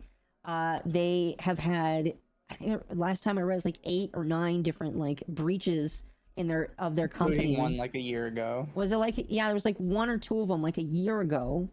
And it happens so often that the idea of giving more personal information to a company that can't even protect it like is a big deal to them. Now, to be honest, I already had a PSN account because I have a PS4, so I already had one, but I didn't really want to link it to my Steam. But that's just because I don't want to do it. There are other people in the world that own the game, that can't even get a PSN. I feel like out of all of the issues here, because some of the issues were just like, you know, most people could probably just say whatever. The biggest issue was the fact that there were over 60 countries that could not have a PSN that owned the game. 170. Was it 170? Oh, geez, I was 170. Very out close. of there are about 230 to 250 recognized countries and provinces. Mm-hmm. Of those, 170 do not have access to PSN by Sony's own choice. That is absolutely is their own choice. What? Have they ever stated why? But they do have access to Steam for some reason, and they were still allowing it to be sold in those countries. Mm-hmm. Yeah, so when this whole thing came out, a lot of people were like, oh, you just don't want to link your account. Over time, the sentiment became, no, the reason why so many people are upset is you have this game, this very, very successful game that a lot of people can get behind and enjoy, that was sold around the world, all right? Like, everybody in the world, I'm pretty sure every single country probably has played Helldivers 2 at some point. And now, more than half of the world's countries won't be able to use and enjoy the game. So, understandably, a lot of people were very upset. And I believe from the timeline of events, basically, they announced this. A lot of people start getting upset and review bombing the game. The game went from overwhelmingly positive. I think it had like 400,000 reviews. It went from overwhelmingly positive to overwhelmingly negative on recent reviews and mixed on overall reviews. And I think it like tipped into the 52% mostly negative reviews overall during the last day. Then Steam removed the ability to buy the game in these other countries and started saying, if you bought the game and you live in one of these countries where you can't even play it, we will refund the game. So a lot of people started mass refunding this game. And while this was happening, some of the community managers, like, came out and said, we're glad that these changes, like one of the community managers literally came out and said, yeah, we want these changes so we can ban people because we don't get to ban people. And they were just bragging about how much they want to ban people. I know one of them that was fired from being a community manager was getting angry and insulting fans of the game, saying, oh, why are you so upset? How about you just leave the game and all that kind of stuff. And it was really painful to watch because, again, it's just crazy to think of, because Helldivers was one of those games that is it was a very rare gem because it's not a AAA title. It was made over the long course of time by people that really enjoy creating, and Sony basically ruined it. But thankfully, in the timeline that thankfully is good enough, Sony came out and said, you know what? We're going to reverse our decision. You don't need a PSN. I personally think that the reason why they did that is because so many people started refunding the game. I don't think it was the reviewing at all. I think it was because so many people refunded the game that they're like, okay, this is bad. Our investors are not going to be happy about this. I don't know. What do you guys think? I think there was something legal to it. You think so? Yeah. Because the problem is they had sold it in all these countries, and then they were gonna be denied usage of it unless they broke Sony's own TOS to sign up for their own service. Because their TOS is pretty explicit. You can't sign up for their service in a non-supported country. Can't use VPNs either. Yeah. So I'm pretty sure somebody in their legal department was like, you sold this in 170 regions, and then you, with the knowledge that you were going to take it away. Yes. Because it'd be one thing if they're like, oh, we have to shut down the servers because there's a war in this country or whatever. They'd probably get away with that. Yeah. But you literally knew you were not going to support these countries, but you did it anyways. That's going to go over very poorly in any court. No, I agree. It honestly was very depressing to see, because it was the first time where I think a lot of people realized, wait a moment, Sony doesn't allow you to, like, enjoy PlayStation games in this many countries. Like, if I decide to go to any of these countries, I can't play Bloodborne online with my friends. I can't invite Lumi to play with me while I'm, like, in Pakistan. If for whatever reason I decide to go over there, like, that's pretty messed up in my personal opinion. So I think this was an eye-opener for a lot of people as well, just realizing just how bad, because, like, people were already, like, upset at Sony because of Stellar Blade. Stellar Blade has already kind of ignited people to be upset at Sony. This, like, galvanized that and made people even more pissed off and even more angry at them.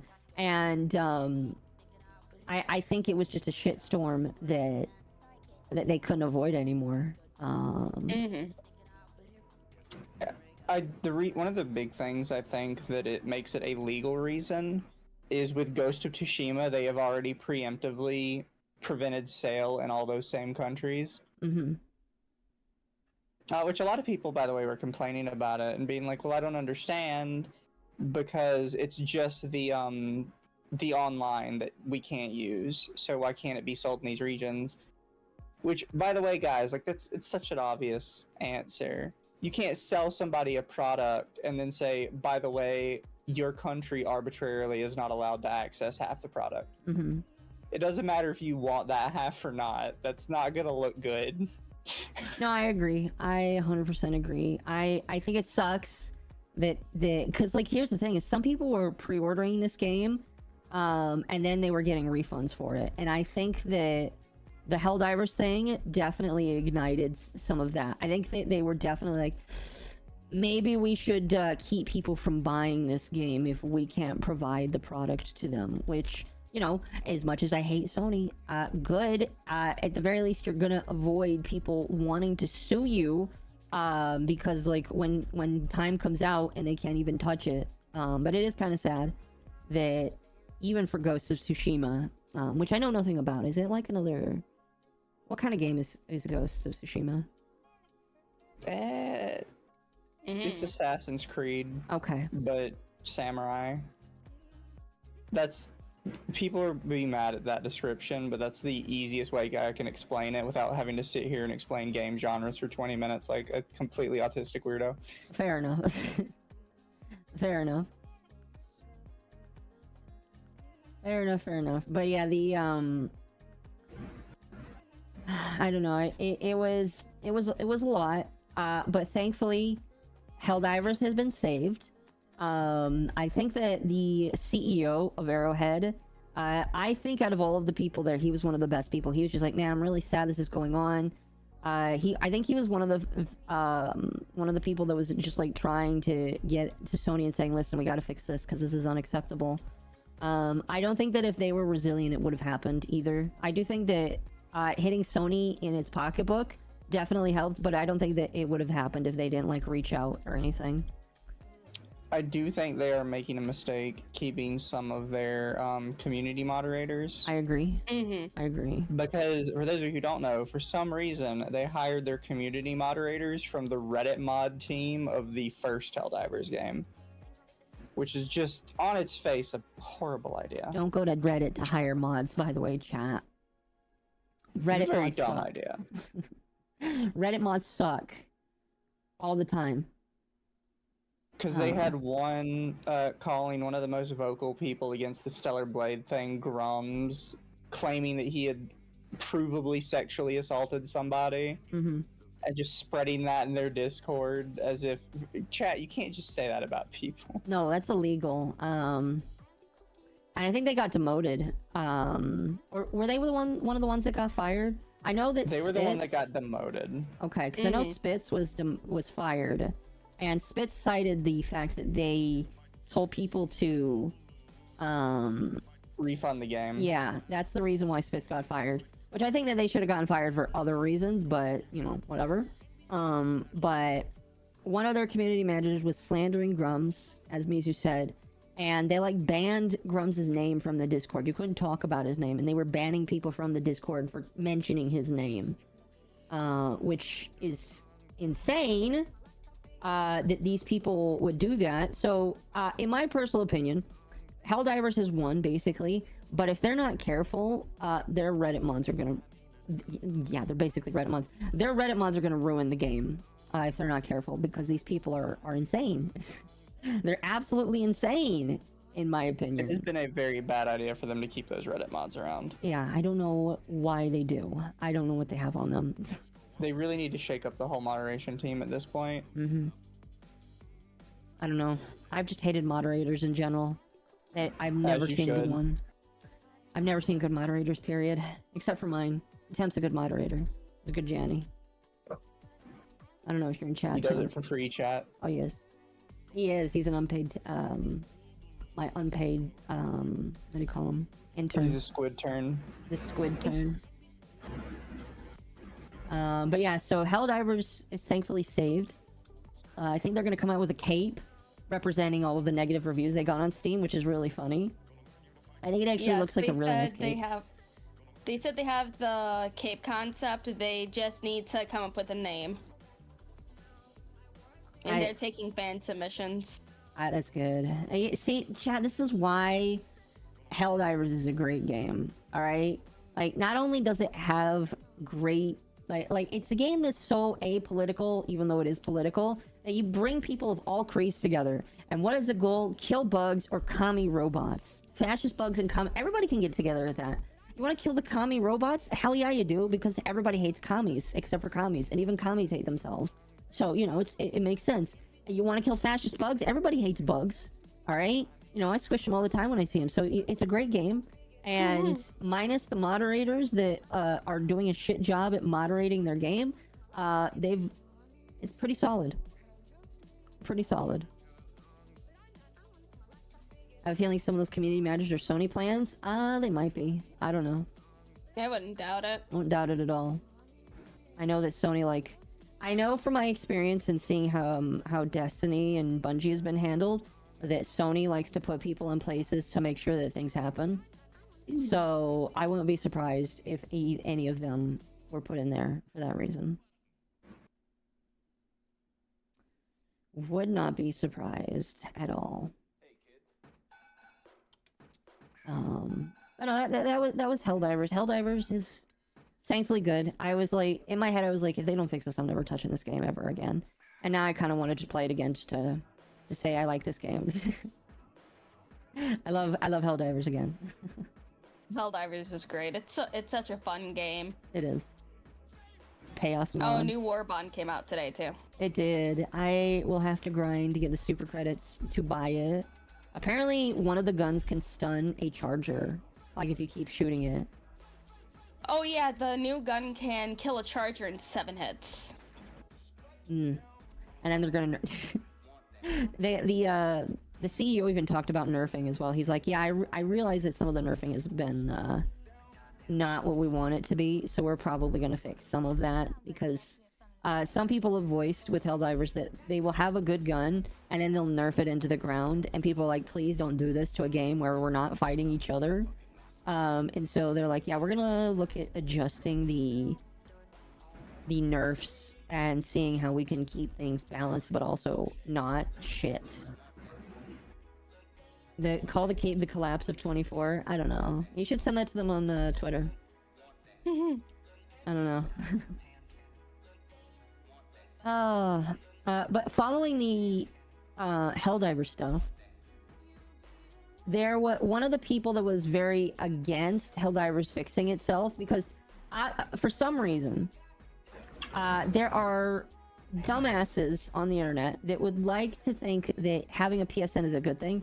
One of these journalists that decided that the whining about Helldivers and Stellar Blade was okay. It was a journalist by the name of Alyssa. What was her full name? Is Alyssa. It's like McCountry or whatever. Her name is Alyssa.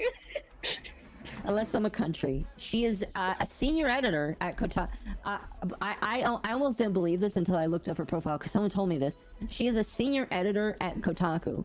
So she is one of the highest of the high in Kotaku, which is falling apart and firing people left and right, it sounds like. Don't know how long she's got, but she's one of the highest of the high at that company. And she likes to do nothing but badmouth gamers, say how horrible and entitled they are. And she works for Kotaku. Is like, I don't pay attention to these websites, but isn't Kotaku like a gaming centric or like pop culture website for people that like to... That's how it was before it became more politically correct and then started hiring just about anyone to write for them, since she was a former OnlyFans model. Oh, she's a former OF girl? Yeah. I have even less respect for her now. Oh my goodness. So this woman here, she is one of the people that was upset with Helldivers reversing its decision, and this wasn't related to Helldivers, but it was related to another guy, because she likes to go after what she deems as like toxic gamers. I guess what she did is, there was a guy, it was either a journalist or a programmer that she didn't like, and she found his wife's Facebook. Like she looked at his name, he found his Facebook, found his wife's Facebook, and then started messaging his wife, trying to attack him.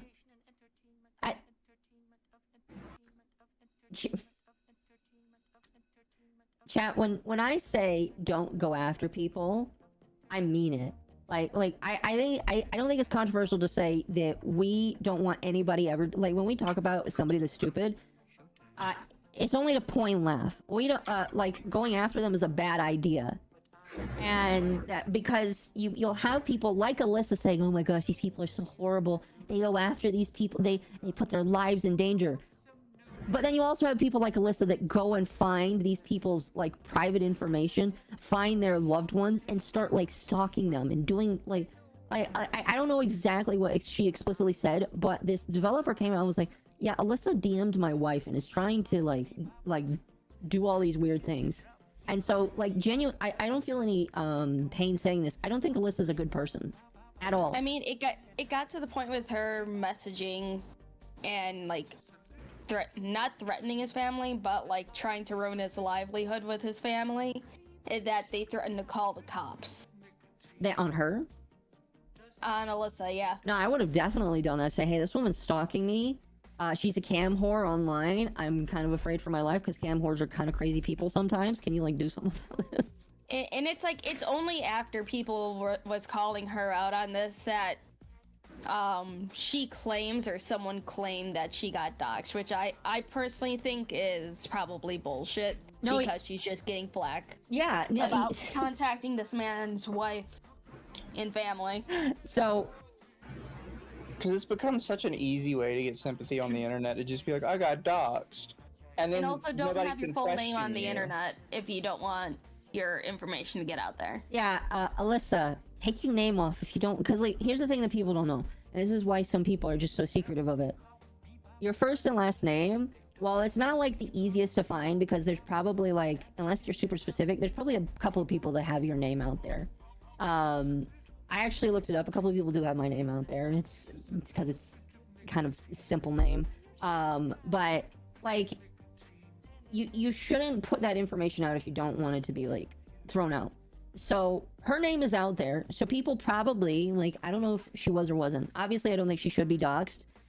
The point I'm trying to make is, she reaped what she sowed, basically. I think that I can feel bad for somebody when they get doxxed, but I can't really feel a lot of sympathy for her when she was basically getting in the mud with the same people she's saying she's afraid of. Like, girl, if you don't want people to do that, like if she was doxxed, she was probably doxxed by somebody who got upset that she went after a developer that didn't deserve it, and they doxed her because, like, oh, let's see how you feel. Like, and again, I don't think that you should do that. I think that you should leave these people alone, because they are, they are retards. They are stupid people. And so I don't think that the people should be doing this, but I don't feel bad for her all the same. I don't know, am I wrong for saying that? Taco coming out with the hot takes. I don't feel, I don't know, I just, like, I can't feel bad for her when that's how she's acted. How she's like, oh, my life's in danger, guys. Please report my information if you see it. I haven't seen it. I don't know if it is actually out there. But I can't feel bad for you when you're like going after dudes' wives and trying to get them in trouble or trying to ruin their lives. Like, I just can't feel bad for you. Sorry. How about you quit being a shit journalist and go actually do something with your life? I don't know. Also, even if you are doxxed, don't tell people you're doxxed, because then it tells people that it's out there, and then they can go find it. Mm-hmm. It's like, it doesn't help when she has her LinkedIn public and she says where she lives. Yeah. I literally just looked up her LinkedIn. It's right here. Don't dox her, Lumi. No, it's not her address, just what city and state she lives in. I know. I'm kidding. But it's not a dox if it's literal public information.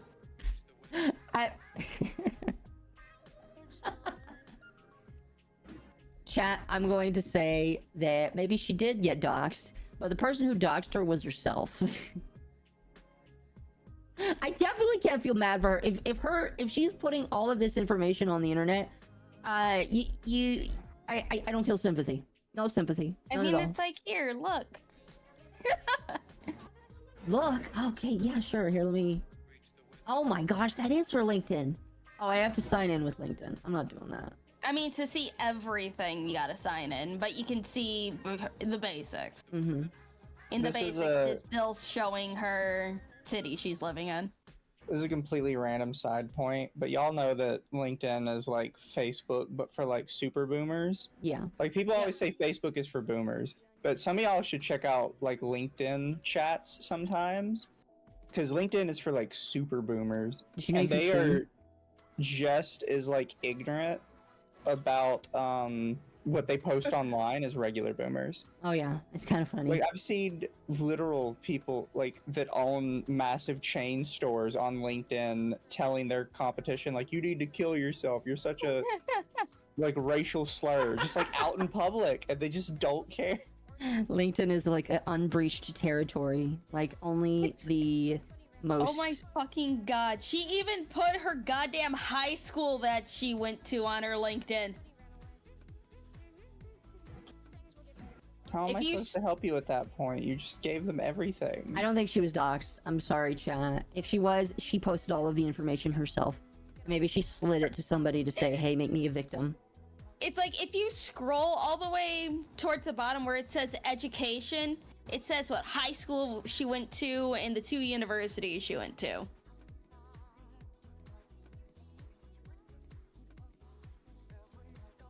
Says her high school and then what she did: varsity soccer team captain, varsity track captain, varsity leaders club, AP classes, tutoring, exceptional senior participant. Don't brag about your AP classes. I thought AP classes is just what you do to torture yourself. I thought LinkedIn was for getting a job. Yes, you can use LinkedIn for getting a job. However, like, there's more. You have to understand. Yeah, the kind of people that would use a website like that for that kind of stuff are really old people. And really old people are very, very stupid when it comes to using computers correctly. Did you know you can stream on LinkedIn?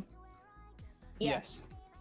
Me and Paco floated around that idea because when I started streaming and I had gotten Restream, we were like, okay, where can we stream? I decided not to go with LinkedIn because with LinkedIn, if you do not start like actually talking within like the first minute, they're gonna think that you're spam and delete your stream. So you can't have a pre-stream if you stream on LinkedIn. Which also, like, what kind of fan base would you have on LinkedIn? You'd have like a bunch of 70-year-old men like, oh yes, Martha, this is the good stuff. I mean, hey, at least those 70-year-old men have money. This is true. They have Look at retirement. this lovely chocolate woman. They have. You know what? Maybe I shouldn't stream there then. Hey, you gotta admit, if we're talking about really old people, that's probably the nicest thing any of them is gonna say. Yeah. You're not wrong. Ain't no way. See, I'll look into it again because, like, it's one of those things where if it is actually a decent place to go, because it's like untapped. There's a lot of places that I call untapped territory. I still consider YouTube untapped because not a lot of people actually stream there. Like the big people will stream on YouTube, but the small people that actually want to grow, they think that YouTube is a horrible place to stream. So I call it untapped territory for that reason. Mm-hmm. But no, YouTube just adds redeems. They like fix most of their problems. If they do that, then a lot more people would come over. I don't think they'll do that. They're too comfortable, but I don't know. Anyway, getting back to this Alyssa chick. Don't feel bad for you, girly. I hope nobody does something stupid if they do actually have your information. But I don't think that she actually was doxxed. I think that she just said that, and now people are coming to her defense saying, see, look at what you guys did. And it's just like, bro, she literally did the exact same thing by going after a man's wife. I would say that she did objectively worse than doxing by looking for a man's, like doxing is finding somebody's information and potentially sharing it. But she did the next step, which is using it private information to harass a man's wife. Like, that is legit stupid. I don't know. That hinges on legal shit, in my opinion. I don't know. I don't know. I can't feel bad for her whatsoever for that reason. I don't know. While we're talking, I'm like looking up this thread I wanted to talk about. This what? I have a thread. So, are we done talking about her? Because I have a thread for something I wanted to talk about. Okay. So, occasionally Twitter gives me tweets that I actually think are interesting. One that it gave me is apparently there is a lawsuit for AI in the US that might actually go in the favor of the artists. Might. I'm trying to find it. I tweet a lot. I tweet way too much. Holy cow. But basically the whole thing was talking about how there is a lot of concerns about AI and how people can copyright strike against AI for training their models with their stuff.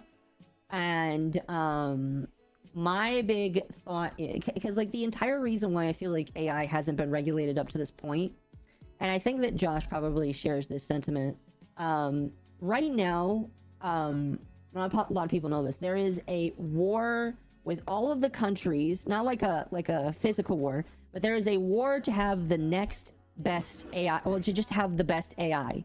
I don't know if a lot of people know that, but AI is a lot of uncharted, untapped territory. And so because of that, whoever makes the Skynet AI basically is going to rule the world. I think a lot of countries know that, and a lot of countries are racing to become the ones that have the best AI. And so when I see a lawsuit like this saying where artists can sue companies that have AIs for using their stuff, my first thought is I don't feel either that's not going to go anywhere because the US doesn't want to cuck its AI research, or the US will cuck its AI research and will be in last place for the AI stuff. I don't know what you guys think about that, but I just thought it was interesting. I don't think it will really go anywhere because, again, government wants to have the best AI, but who knows? We'll see. Well, here's the real reason it's not actually going to go anywhere, and it's because they're going to have to prove that it is based off their stuff. I'm still trying to find this thread. Well, at the end of the day, that's what they're going to say when you go into court. They're going to be like, okay, you are allowed to sue them for training their AI with your stuff. What proof do you have that they trained it with your stuff? And most, like 99% of artists are not going to be able to meet that second step at all. Yeah. Here it is. Okay, so here's the lawsuit. In a tentative ruling that could have significant implications for the AI industry, U.S. District Judge has indicated he's likely to allow the copyright infringement claims to proceed against leading AI company Stability AI, Runaway, Midjourney, over allegations they illegally copied and ingested copyrighted images to train their AI systems. The plaintiffs allege the companies violated their copyrights by using their protected images as training data for AI image generators without permission. So basically, a judge is like, oh, I might allow this as a thing. The question is whether or not the AI companies will go higher and try and go to the Supreme Court. Because again, if this goes higher, I don't know. What do you think that who do you think the judges would side with? Well, like I said, it depends on the evidence, but all this is saying is we might allow you to sue for this. It's not saying you would win. It's saying we might allow you to sue for it. Which I thought you already could, but apparently you could not, so. Yeah, no, yeah, it is an interesting one.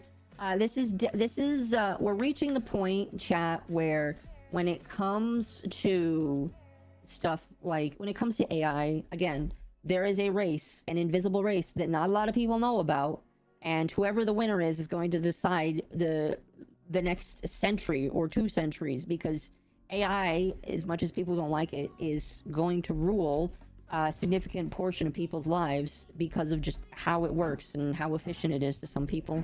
So if these companies, and now granted, these are image generating companies, I don't know if this will eventually bleed into more than just image-based AI, but I have to imagine that there is going to be some lobbying against lawsuits of this kind, because governments are going to want to be the first big AI. And I don't really know how I feel about that, because I'm all for artists. I really love art, and I want people to make good things. And then the flip side token to that is, I don't really know if I want China to have the better AI over America.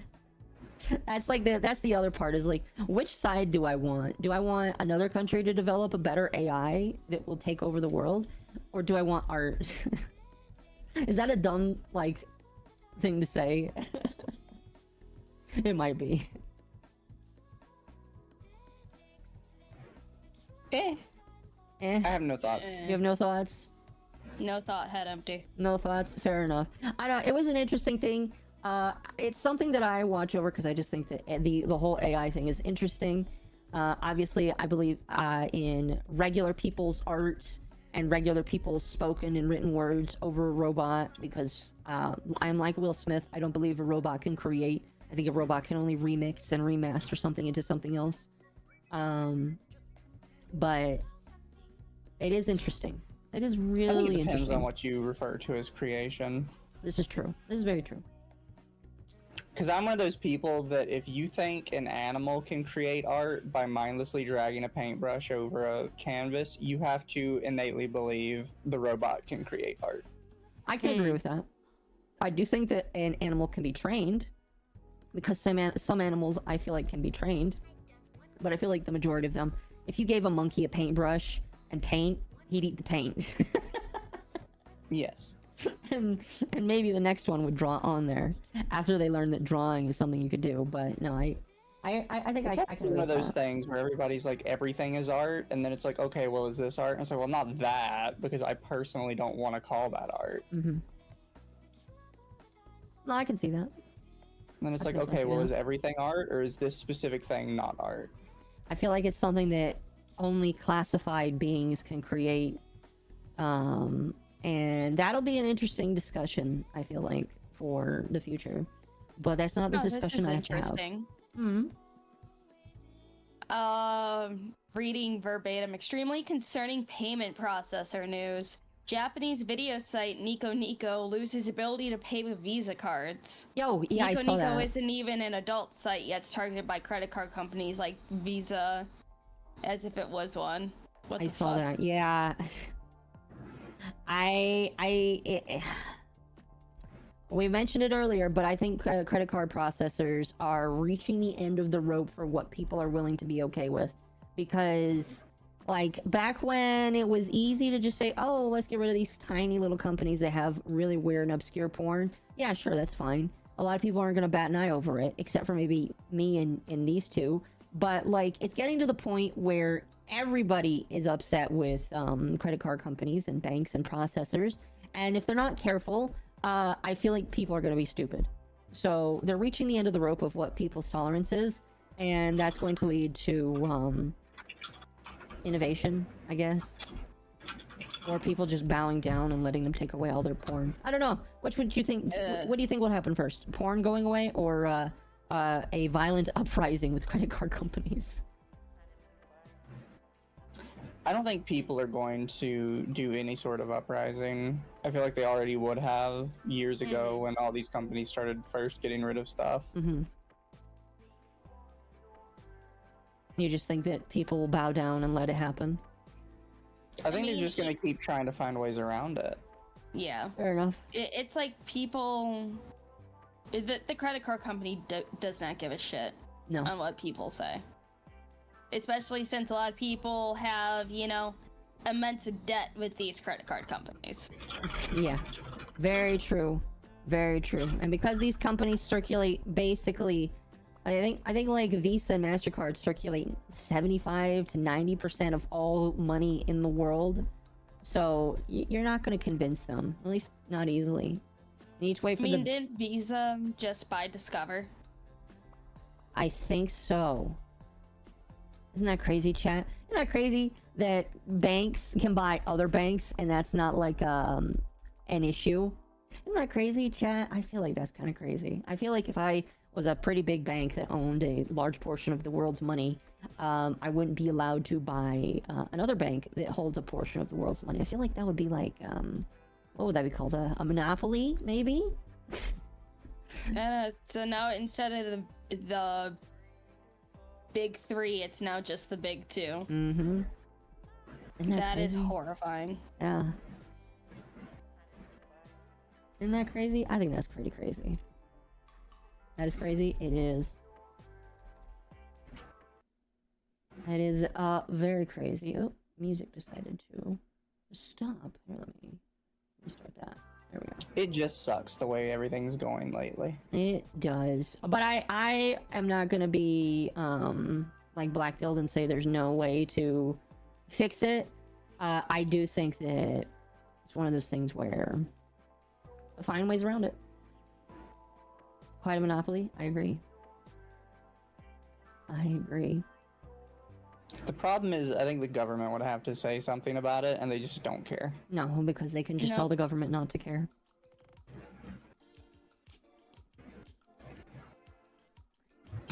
Temp, you bring up a good point. So this is kind of a brief thing. I have a couple of brief things here.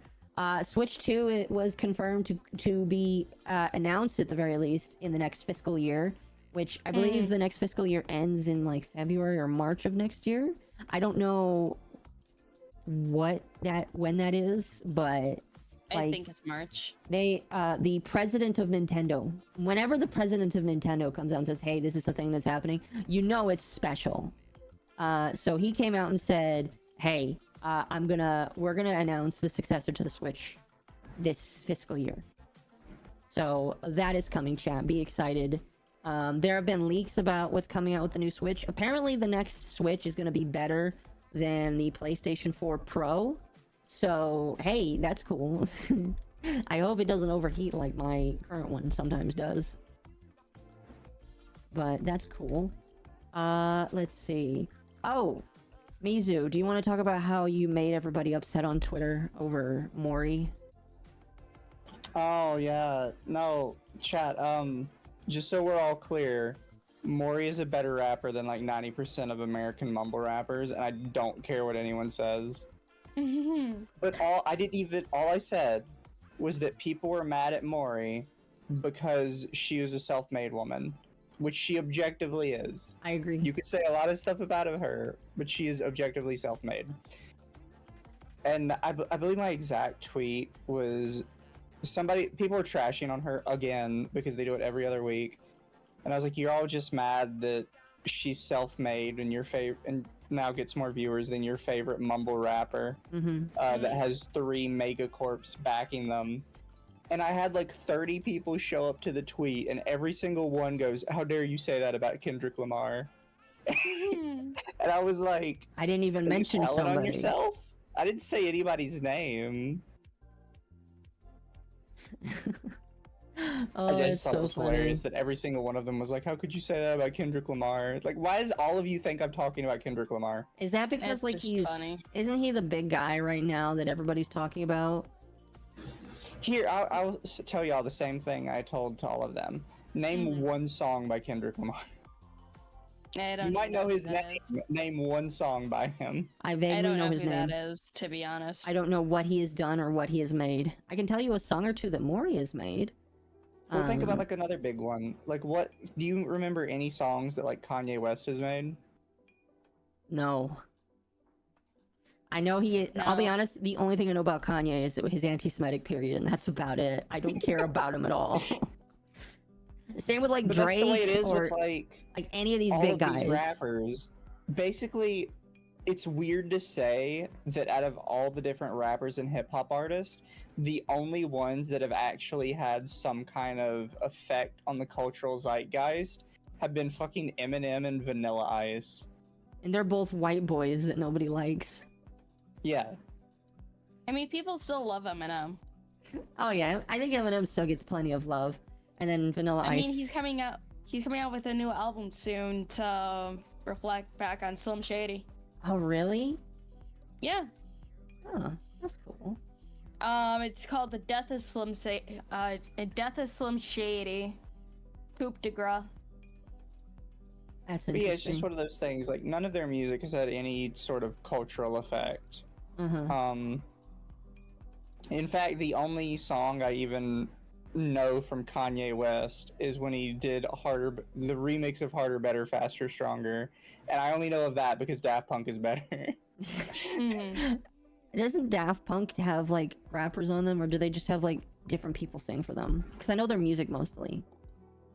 No, Daft Punk is just 2 guys. Yeah, but didn't they like have other people sing for them? No. You might be thinking of Gorillaz. Well, yeah, I know Gorillaz does that, but I wasn't sure about them. No, and Daft Punk broke up a few years ago. They did. Wasn't it over like creative differences or something? I don't know, but I know Gorillaz breaks up every other year. Wasn't Gorillaz like one dude though? Gorillaz is 2 guys. So one guy does all the music, the other guy does all the art and story stuff.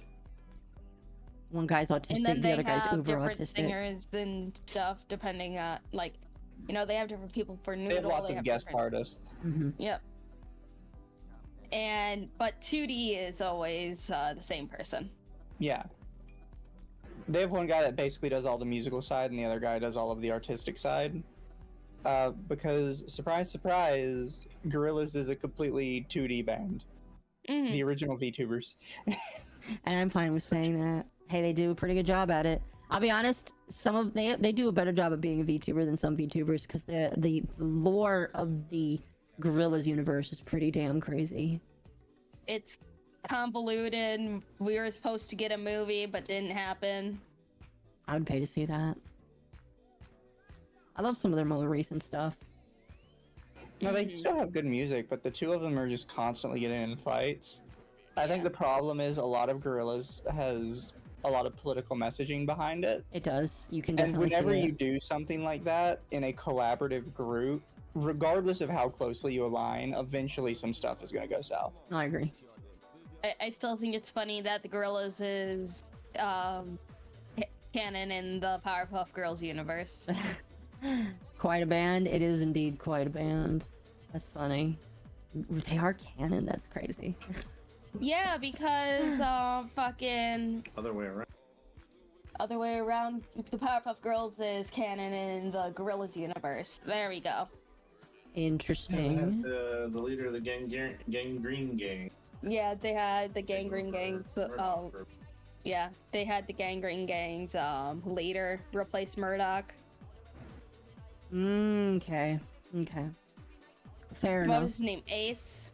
Yeah. They had Ace replace Murdoch. Interesting. It was great. Interesting. But anyway, Mizu made everybody angry because Mori. I think a lot of people would probably agree that Mori does a lot more crazy. I feel like Mori is like one of the hardest working rappers I've ever seen. Like, I know some of them probably work hard, but I haven't seen any of them work as hard as I see Mori, and it's kind of crazy. Like, she churns out a lot. I know she just recently had a surgery. I don't know what for.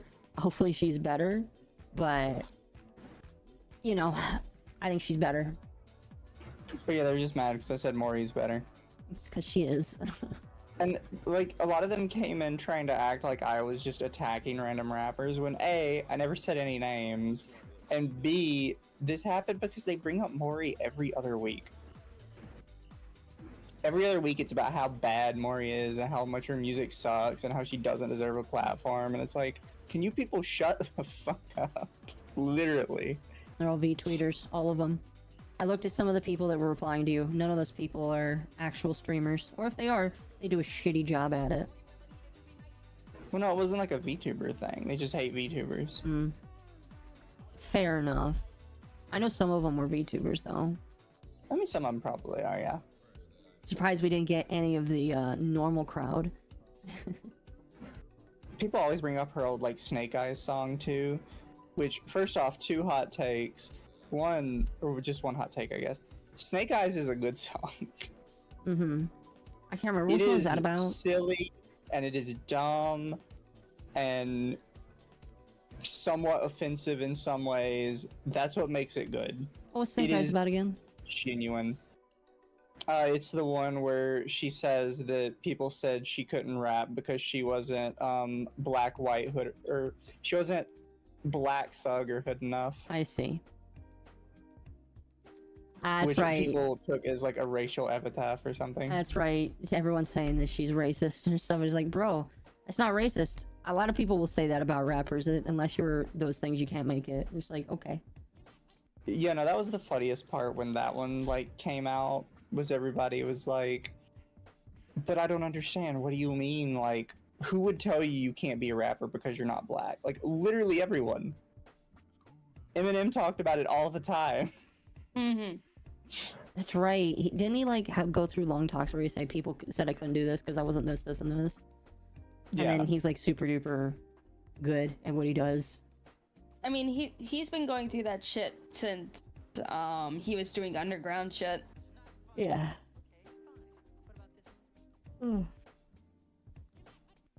They just like to pretend that the reverse racism doesn't happen. It's funny.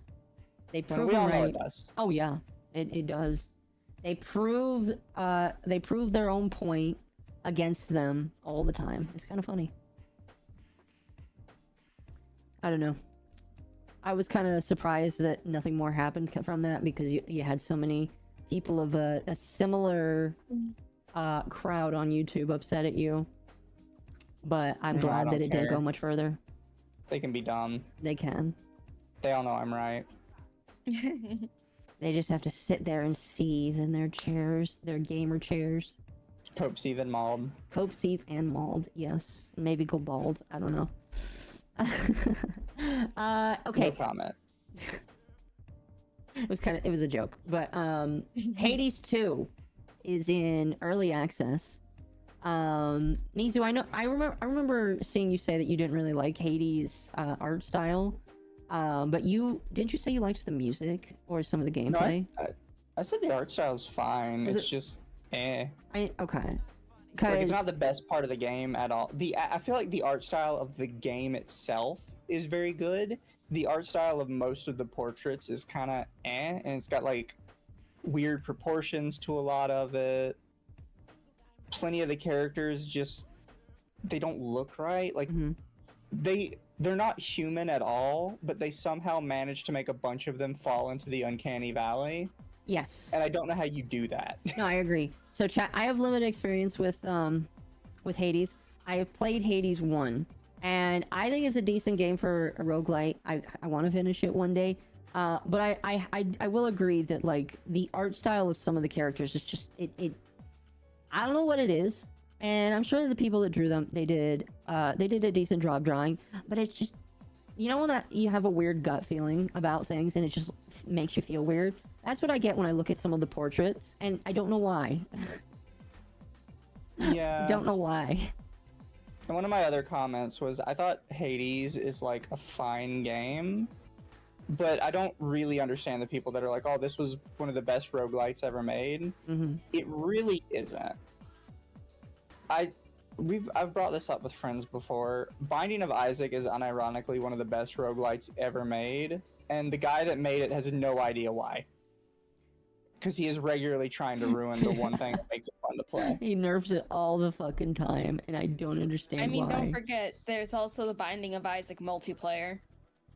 Because here's the thing, guys, chat. What makes Binding of Isaac fun is seeing all the absolutely ridiculous builds you can do by combining items and getting extremely overpowered with all these different weird combos and ideas.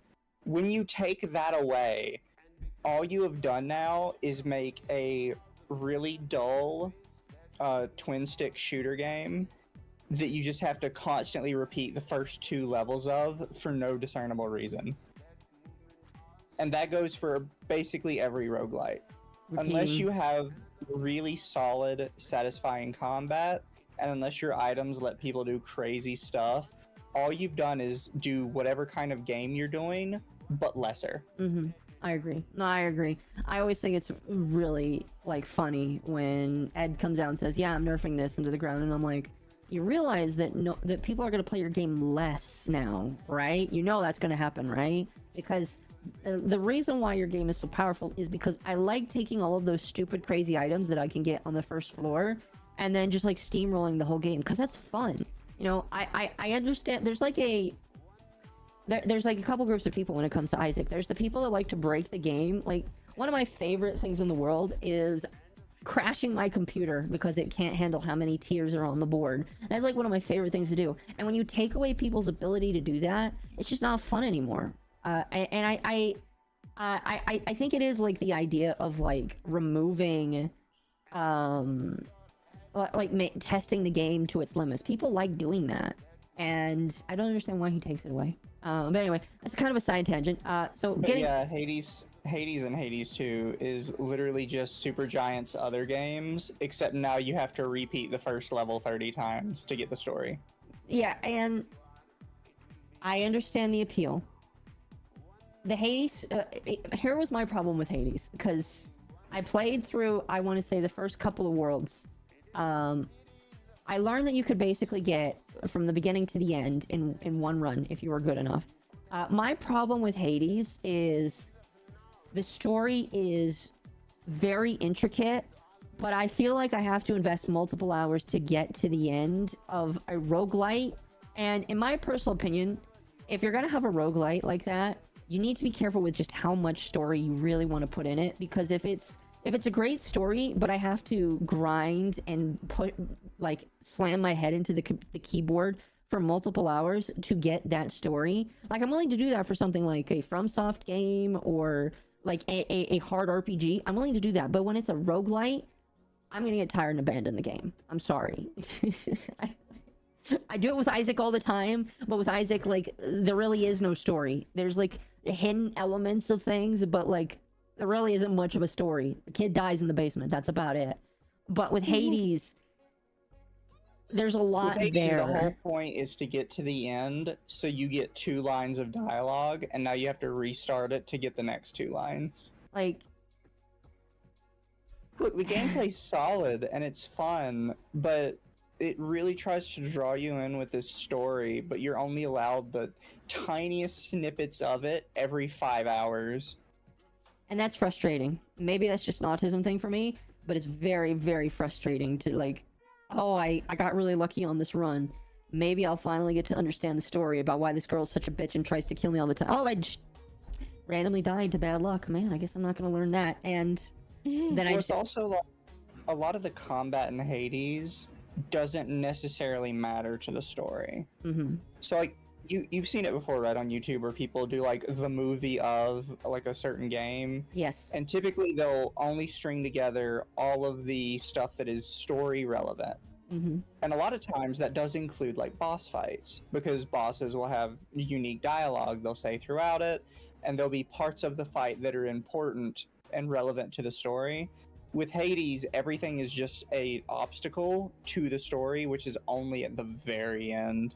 So if you made the movie of Hades, you would probably have a 6-minute YouTube video. That is very frustrating. I mean, well, maybe not, because like there is little bits of dialogue that you get in between actually fighting. Not even like when you get the power, because when you get the power-ups, maybe they'll say like, oh, I definitely believe you can escape the underworld, little one. You definitely can do it. But like outside of combat, the story really doesn't, like, the story's not in the actual fighting. It's outside when you're talking to the dad, when you're talking to Persephone, when you're talking to all the people in the underworld, or when you get to the end of the game. There's nothing really that much in between, in my opinion. And it's frustrating. I think I ended up looking up the ending of the game because I was like, this game is frustrating, but I want to know the ending now. That is kind of like a detriment, in my opinion. Yeah. But the reason why we wanted to talk about Hades is one of the characters. Well, there's a couple characters, but the one that's like been causing the most issues is one of the gods. Hestia, yes. One of the gods called Hestia got a design that not a lot of people are happy with. And so there have been a lot of comparisons from this game's Hestia to the anime Hestia. Is the anime Hestia actually based off of the Greek goddess Hestia? Okay. Yes. The outfit that people keep passing around to compare it to is her civilian outfit. She does have her actual goddess outfit in the show, just not often. What does that look like? I'm gonna look it up. Well, also part of the like fun of it is Hestia is a poor god. Yeah, she's like, because nobody knows who Hestia is. Hestia is the goddess of home, hearth, and fertility. You know what? I can see why she would be. I did a whole project on Hestia when I was in school. She was the goddess that I chose because everyone else was choosing the popular gods. And then I learned that she got sexually assaulted by Hermes, and I'm like, oh, fun. You just can't win, can you? I'm sorry, but that's just like, you lay all this other stuff, and then just like, oh, she was sexually assaulted. It's like, oh, I'm sorry. Yeah, by Hermes. So yeah, to you Hermes enjoyers, yeah, no, he yeah. Granted, all the gods are pieces of shit anyway. But yeah, I don't like Hermes just because he fucking diddled Hestia. Oh. I don't think Hermes is necessarily that good of a guy anyway, in Greek mythology. I mean, he's just the messenger of the gods, so. Oh man, that's funny. Most of the gods were, well, yeah, you see, here's the thing to remember.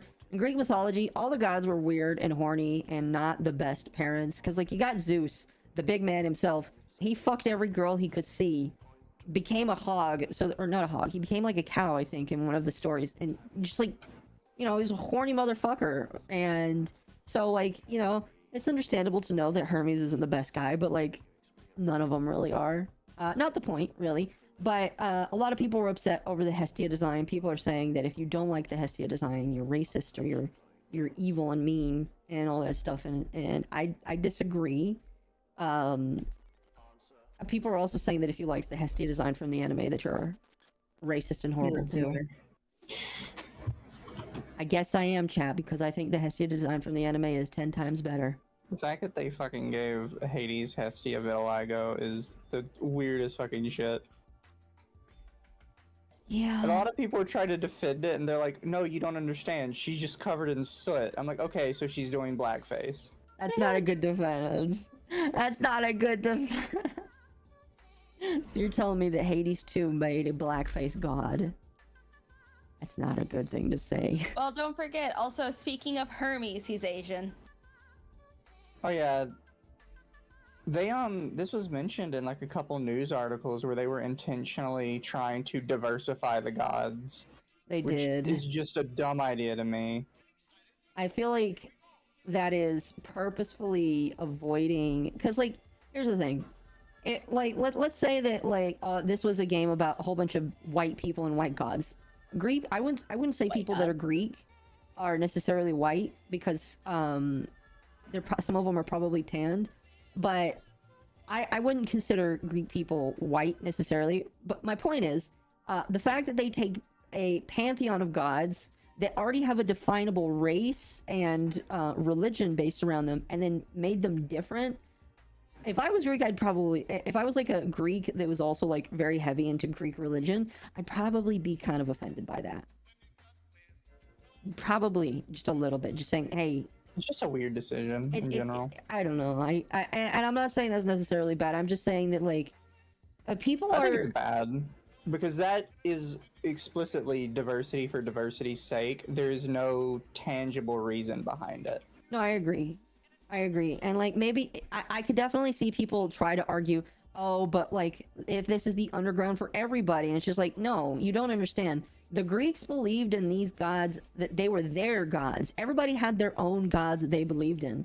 I highly doubt when the Greeks made up their gods, they thought, oh, all these weird people to the north of us, all these other people that exist in other parts of the world, these are their gods too. No, they probably thought these are our gods and our gods are better than their gods. And they didn't imagine their gods any other way except looking like them. Oh, you know, they literally thought of their gods that way. They would say, like, our gods are not for the heathens and crap like that. Exactly. So it would, if you showed a Asian Hermes to an ancient Greek, he would say that's racist and I want to murder you. Probably. Because, like, they're not your gods. They're their gods. And their gods should look like them because that's what they all thought. That's what the Greeks thought. That's probably what the Romans thought, especially the Romans. And that's what probably the cultures of all kinds back then thought. Is their gods, they look like them. I mean, granted, the Romans just took their Greek gods and just said, no, these are ours, and just renamed them. This is true, but the Romans probably then said, these are our gods and nobody else's. Greeks are Greek, their skin tone is Greek tone. And it's like Hestia has a pretty established look already that people mostly agreed on. That isn't fat. Sorry, the Hestia they made looks fat. I don't like it. My issue is it's over-designed. I have never liked the idea of the gods need to look stereotypically like what they're a god of. Like, you can have little details, right? Like, it makes sense for Ares to be decked out in full war gear, because if he's going to be the god of war, that's going to be his thing. But, like, even Hermes, who's just a fucking messenger, is just... He doesn't have, like, anything special other than, like, his winged shoes. That's about the best you're going to get. Winged shoes, winged helmet. Hell, you could probably... Since he's a messenger, you could probably, like, give him a messenger bag or some sort of shit. But, like, overdoing it... Like, I always hate when they portray Hades as being, like, on fire, or being a skeleton. Because it's like, no, he's just Zeus's brother. He probably looks a lot like fucking Zeus. Probably, Just- although he doesn't have the tan that you get from being in the sun all day, because he literally lives underground. He's probably just a pale motherfucker. I am waiting for Smite 2 for them to add Hestia as a healer. Oh, I'm surprised she hasn't been put in the game yet. I mean, it's like it's kind of hard to make a goddess of hearth and home. But granted, I could see her as like a She can throw plants at people. support character for healing and buffs. She can throw plants at people, like Persephone. Although Persephone is a little bit more defined because she is the goddess of what is Persephone? Persephone is a springtime goddess, if I remember correctly. Yeah, that's the one my mom saw. Yeah, she was one of the gods of spring. So I don't know how you would do She's that. Demeter's daughter. Yeah. Hestia and Hades 2 is like when they reswapped April from TMT and yeah. You know what's bad? I'm pretty sure both of you guys saw this, but somebody put photoshopped Uncle Ruckus over Hestia. Yeah, I was the one that posted in the meme That was chat. so bad. It's like, okay, me personally, I honestly do not like the art style for Hades. It's fucking ugly. I'm sorry, but it's ugly. I hate it. I can like some of it, but I don't. It's extremely unpleasing to my eyes. so you get that feeling too when you look at some of the gods, then, like just that weird gut feeling. Then It's like I can look at a lot of art. I consume a lot of art because of various artists that. Oh really? Oh shit! Keep fucking unplug my headphones. Anyways, it's like literally as soon as I see any art from the game Hades, I just have to scroll past it because I can't. I don't like it. I'm sorry, artists, you work hard, but your art style is disgusting. yeah, so a bunch of people got mad at that. I don't know. I guess I just don't see the hype. I know that a couple of my friends like Hades. Again, I think the playstyle is fun. It is kind of addicting, but I don't like how they tell the story. I think the forced diversity is going to turn people. I think something that also bothers me is, and this definitely had. I think this is unfortunately not the devs' fault. This is the fault of journalists. Journalists were praising Aphrodite, a literal naked woman in Hades 2. Like, the only clothing she has is her hair that's covering her nipples. And they were praising how naked and free she was. And yet, they looked at Stellar Blade and says, yeah, that shit needs to be censored to fucking hell and back, bro. And I don't get that. Like, the only thing I can... Some people said racism against Asian people. Maybe that's the case, but I don't understand how you look at Eve from Stellar Blade and say, yeah, you gotta put that girl in a burqa, and then look at Aphrodite and say, man, that's fucking hot.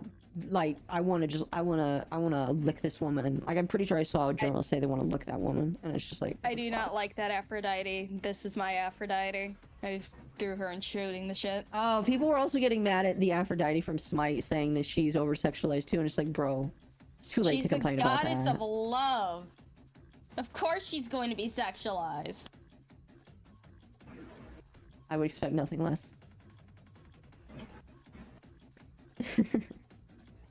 This makes me just want to be an Aphrodite main now, just out of spite. Do it. You won't. I already do that. You can't take my main. You know, fair enough. I'm just gonna stay with Chang'e. I don't know. People are stupid. I don't get it.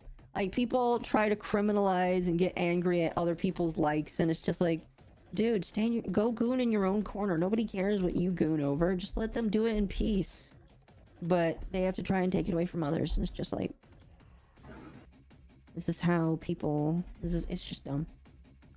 It's dumb. Let's be goon in peace. Let me goon in peace. Exactly. We will goon in peace, chat. That's gonna be my presidential platform. When you run for president. Smite main one day. You'll find your main. I'll find one. There'll probably be a tank.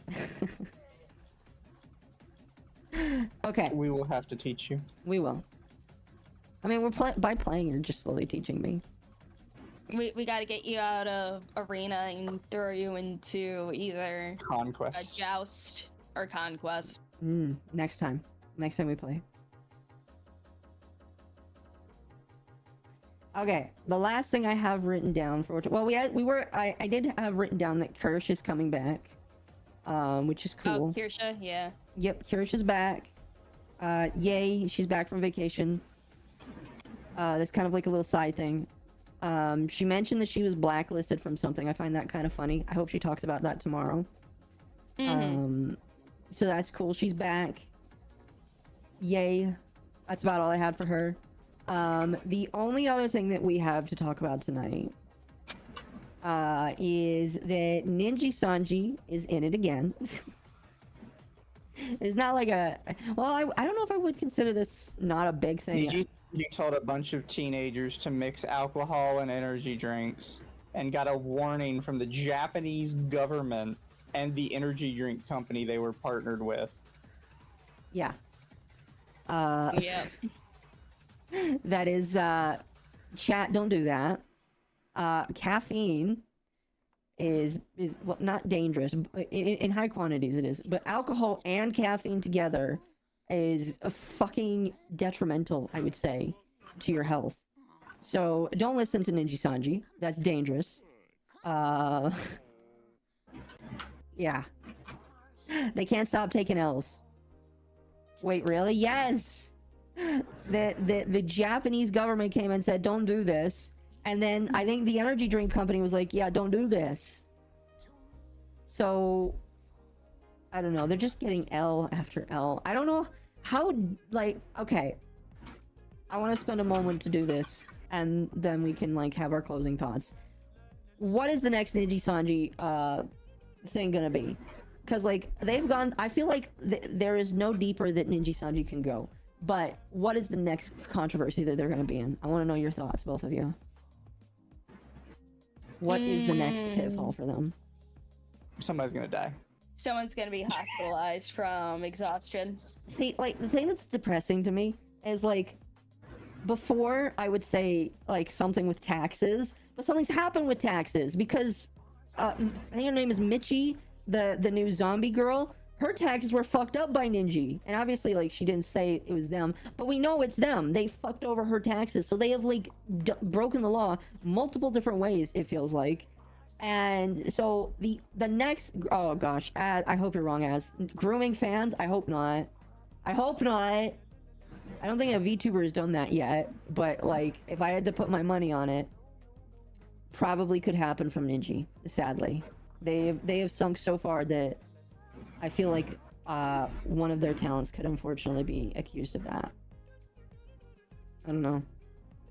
That is just that is a joke, by the way. Hopefully nobody does that. Hopefully they get their shit together. But yeah.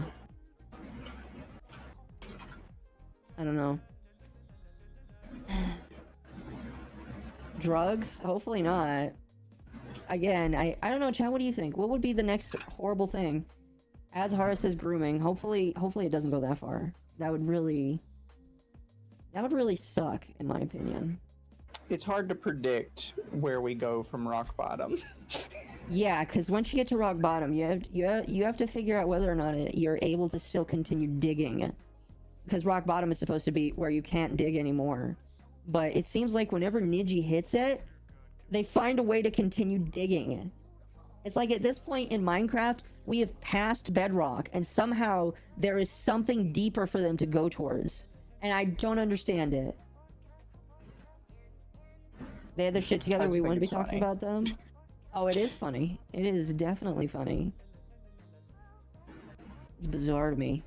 What's more bizarre to me is just, like, the continued, bootlicking that all of these people do for the company.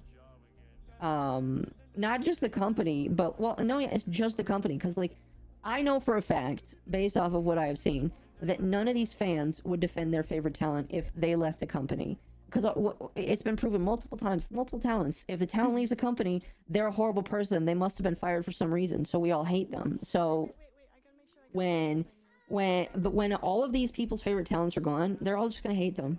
And I bet you all of these talents know that, and they dread the day that something happens to them. I would hate to work for a company like that. Absolutely hate it. I don't know. But that's all I got today. Do you guys have anything else you wanted to talk about? Nope. No? I seen something really fucking stupid right before stream. Uh-oh. Is it... Apparently WotC is doing a collaboration with Dead by Daylight. Wizards of the Coast? Yep. What? So They're is adding this... the Beholder. What I've seen for at least a leak wise, people are saying that Lich Vecna is going to be added. I don't know what that is. Killer. Lich Vecna. He's a lich. Oh, isn't that a female lich? No. Lich Vecna is a male. Oh. My God, stop being so offensive. I know which. That's a lich from 5e. I know that lich. Yeah. I know them. Yeah, they're kind of an infamous lich. Not original from 5e. He originally appeared in 1976. Okay, but he's like a reoccurring villain in the D&D world, and they're adding him to Dead by Daylight. Cool. Wait, if they're adding a lich to the game, does that mean that that he's going to turn the players that he kills into liches that will help him hunt? That would be kind of cool. I don't play Dead by Daylight because they've ventured off from... They just want to collab with every single IP, which I find really fucking stupid. They're in it for the money. That's sad. They're just in it for the money. Vecna has had a lot of stuff going on. Sounds possible. Very true. And then after that, from Leaks and Rats, people are also saying that the Castlevania version of Dracula is going to be added in. Interesting. Yeah, it does sound like all they want to do is collab with people and get these random characters. And like, I don't necessarily mind it when you do collabs, but the only reason why I see them doing that is they want to expand their player base because either they've hit a wall and they can't go any further with their current player base, or they just don't have confidence in what they can bring out to entice new people. They've been losing a ton of players. Have they really? Yep. Is there a specific reason for that, or do they just Because people are getting tired of the over-glorified hide and seek. I mean, to be fair, when I first watched people play the game, when I watched Gassy Mexican play that multiple years ago, it was pretty cool.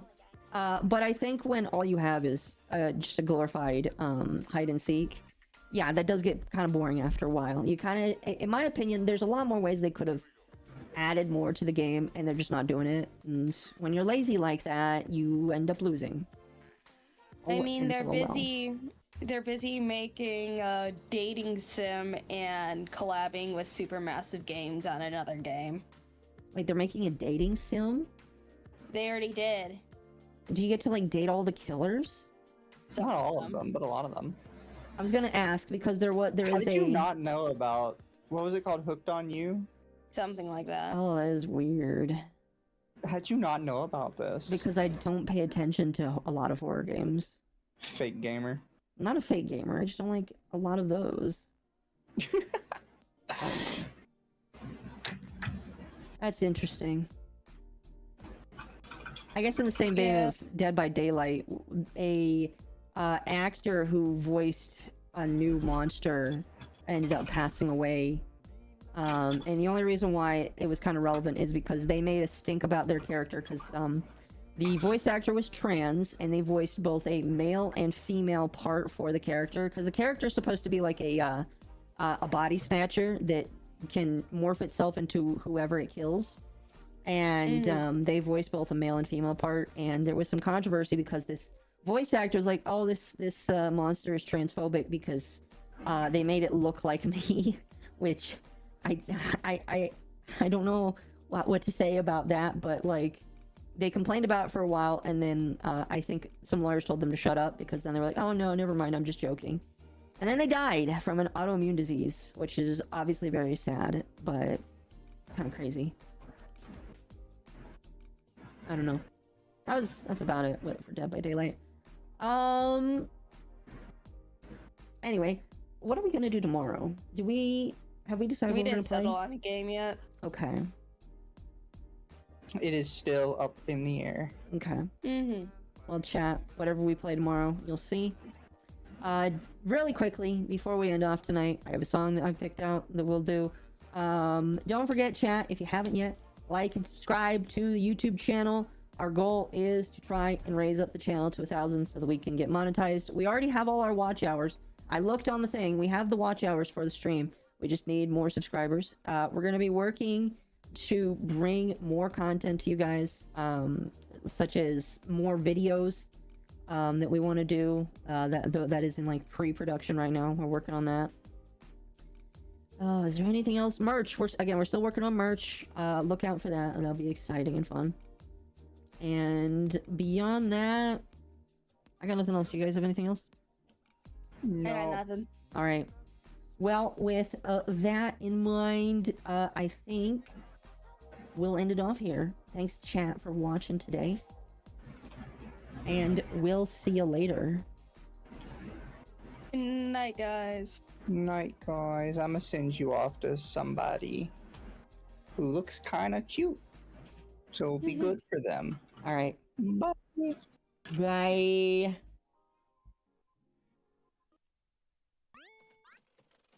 By buying a goddamn American capitalist hat. Oh, gotta use that USA dollars to do it. Where are you gonna do that, you ask? Well, you don't really ask, but I'm gonna show you anyway. Fuck.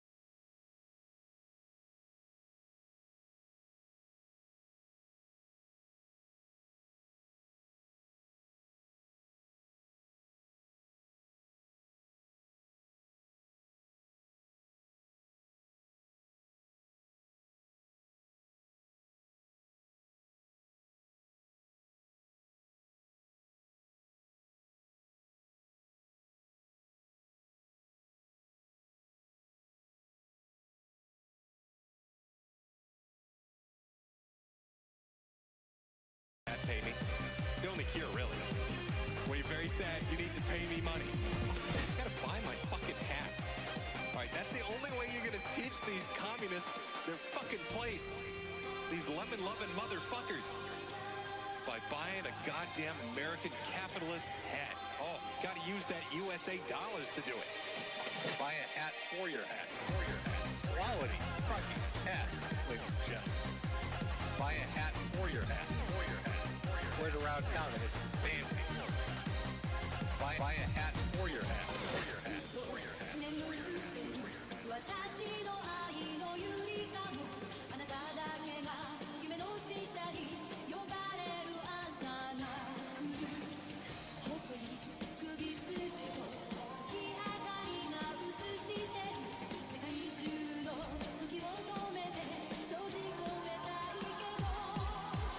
I love America too much. Love the red, white, blue. Love my apple pie and baseball.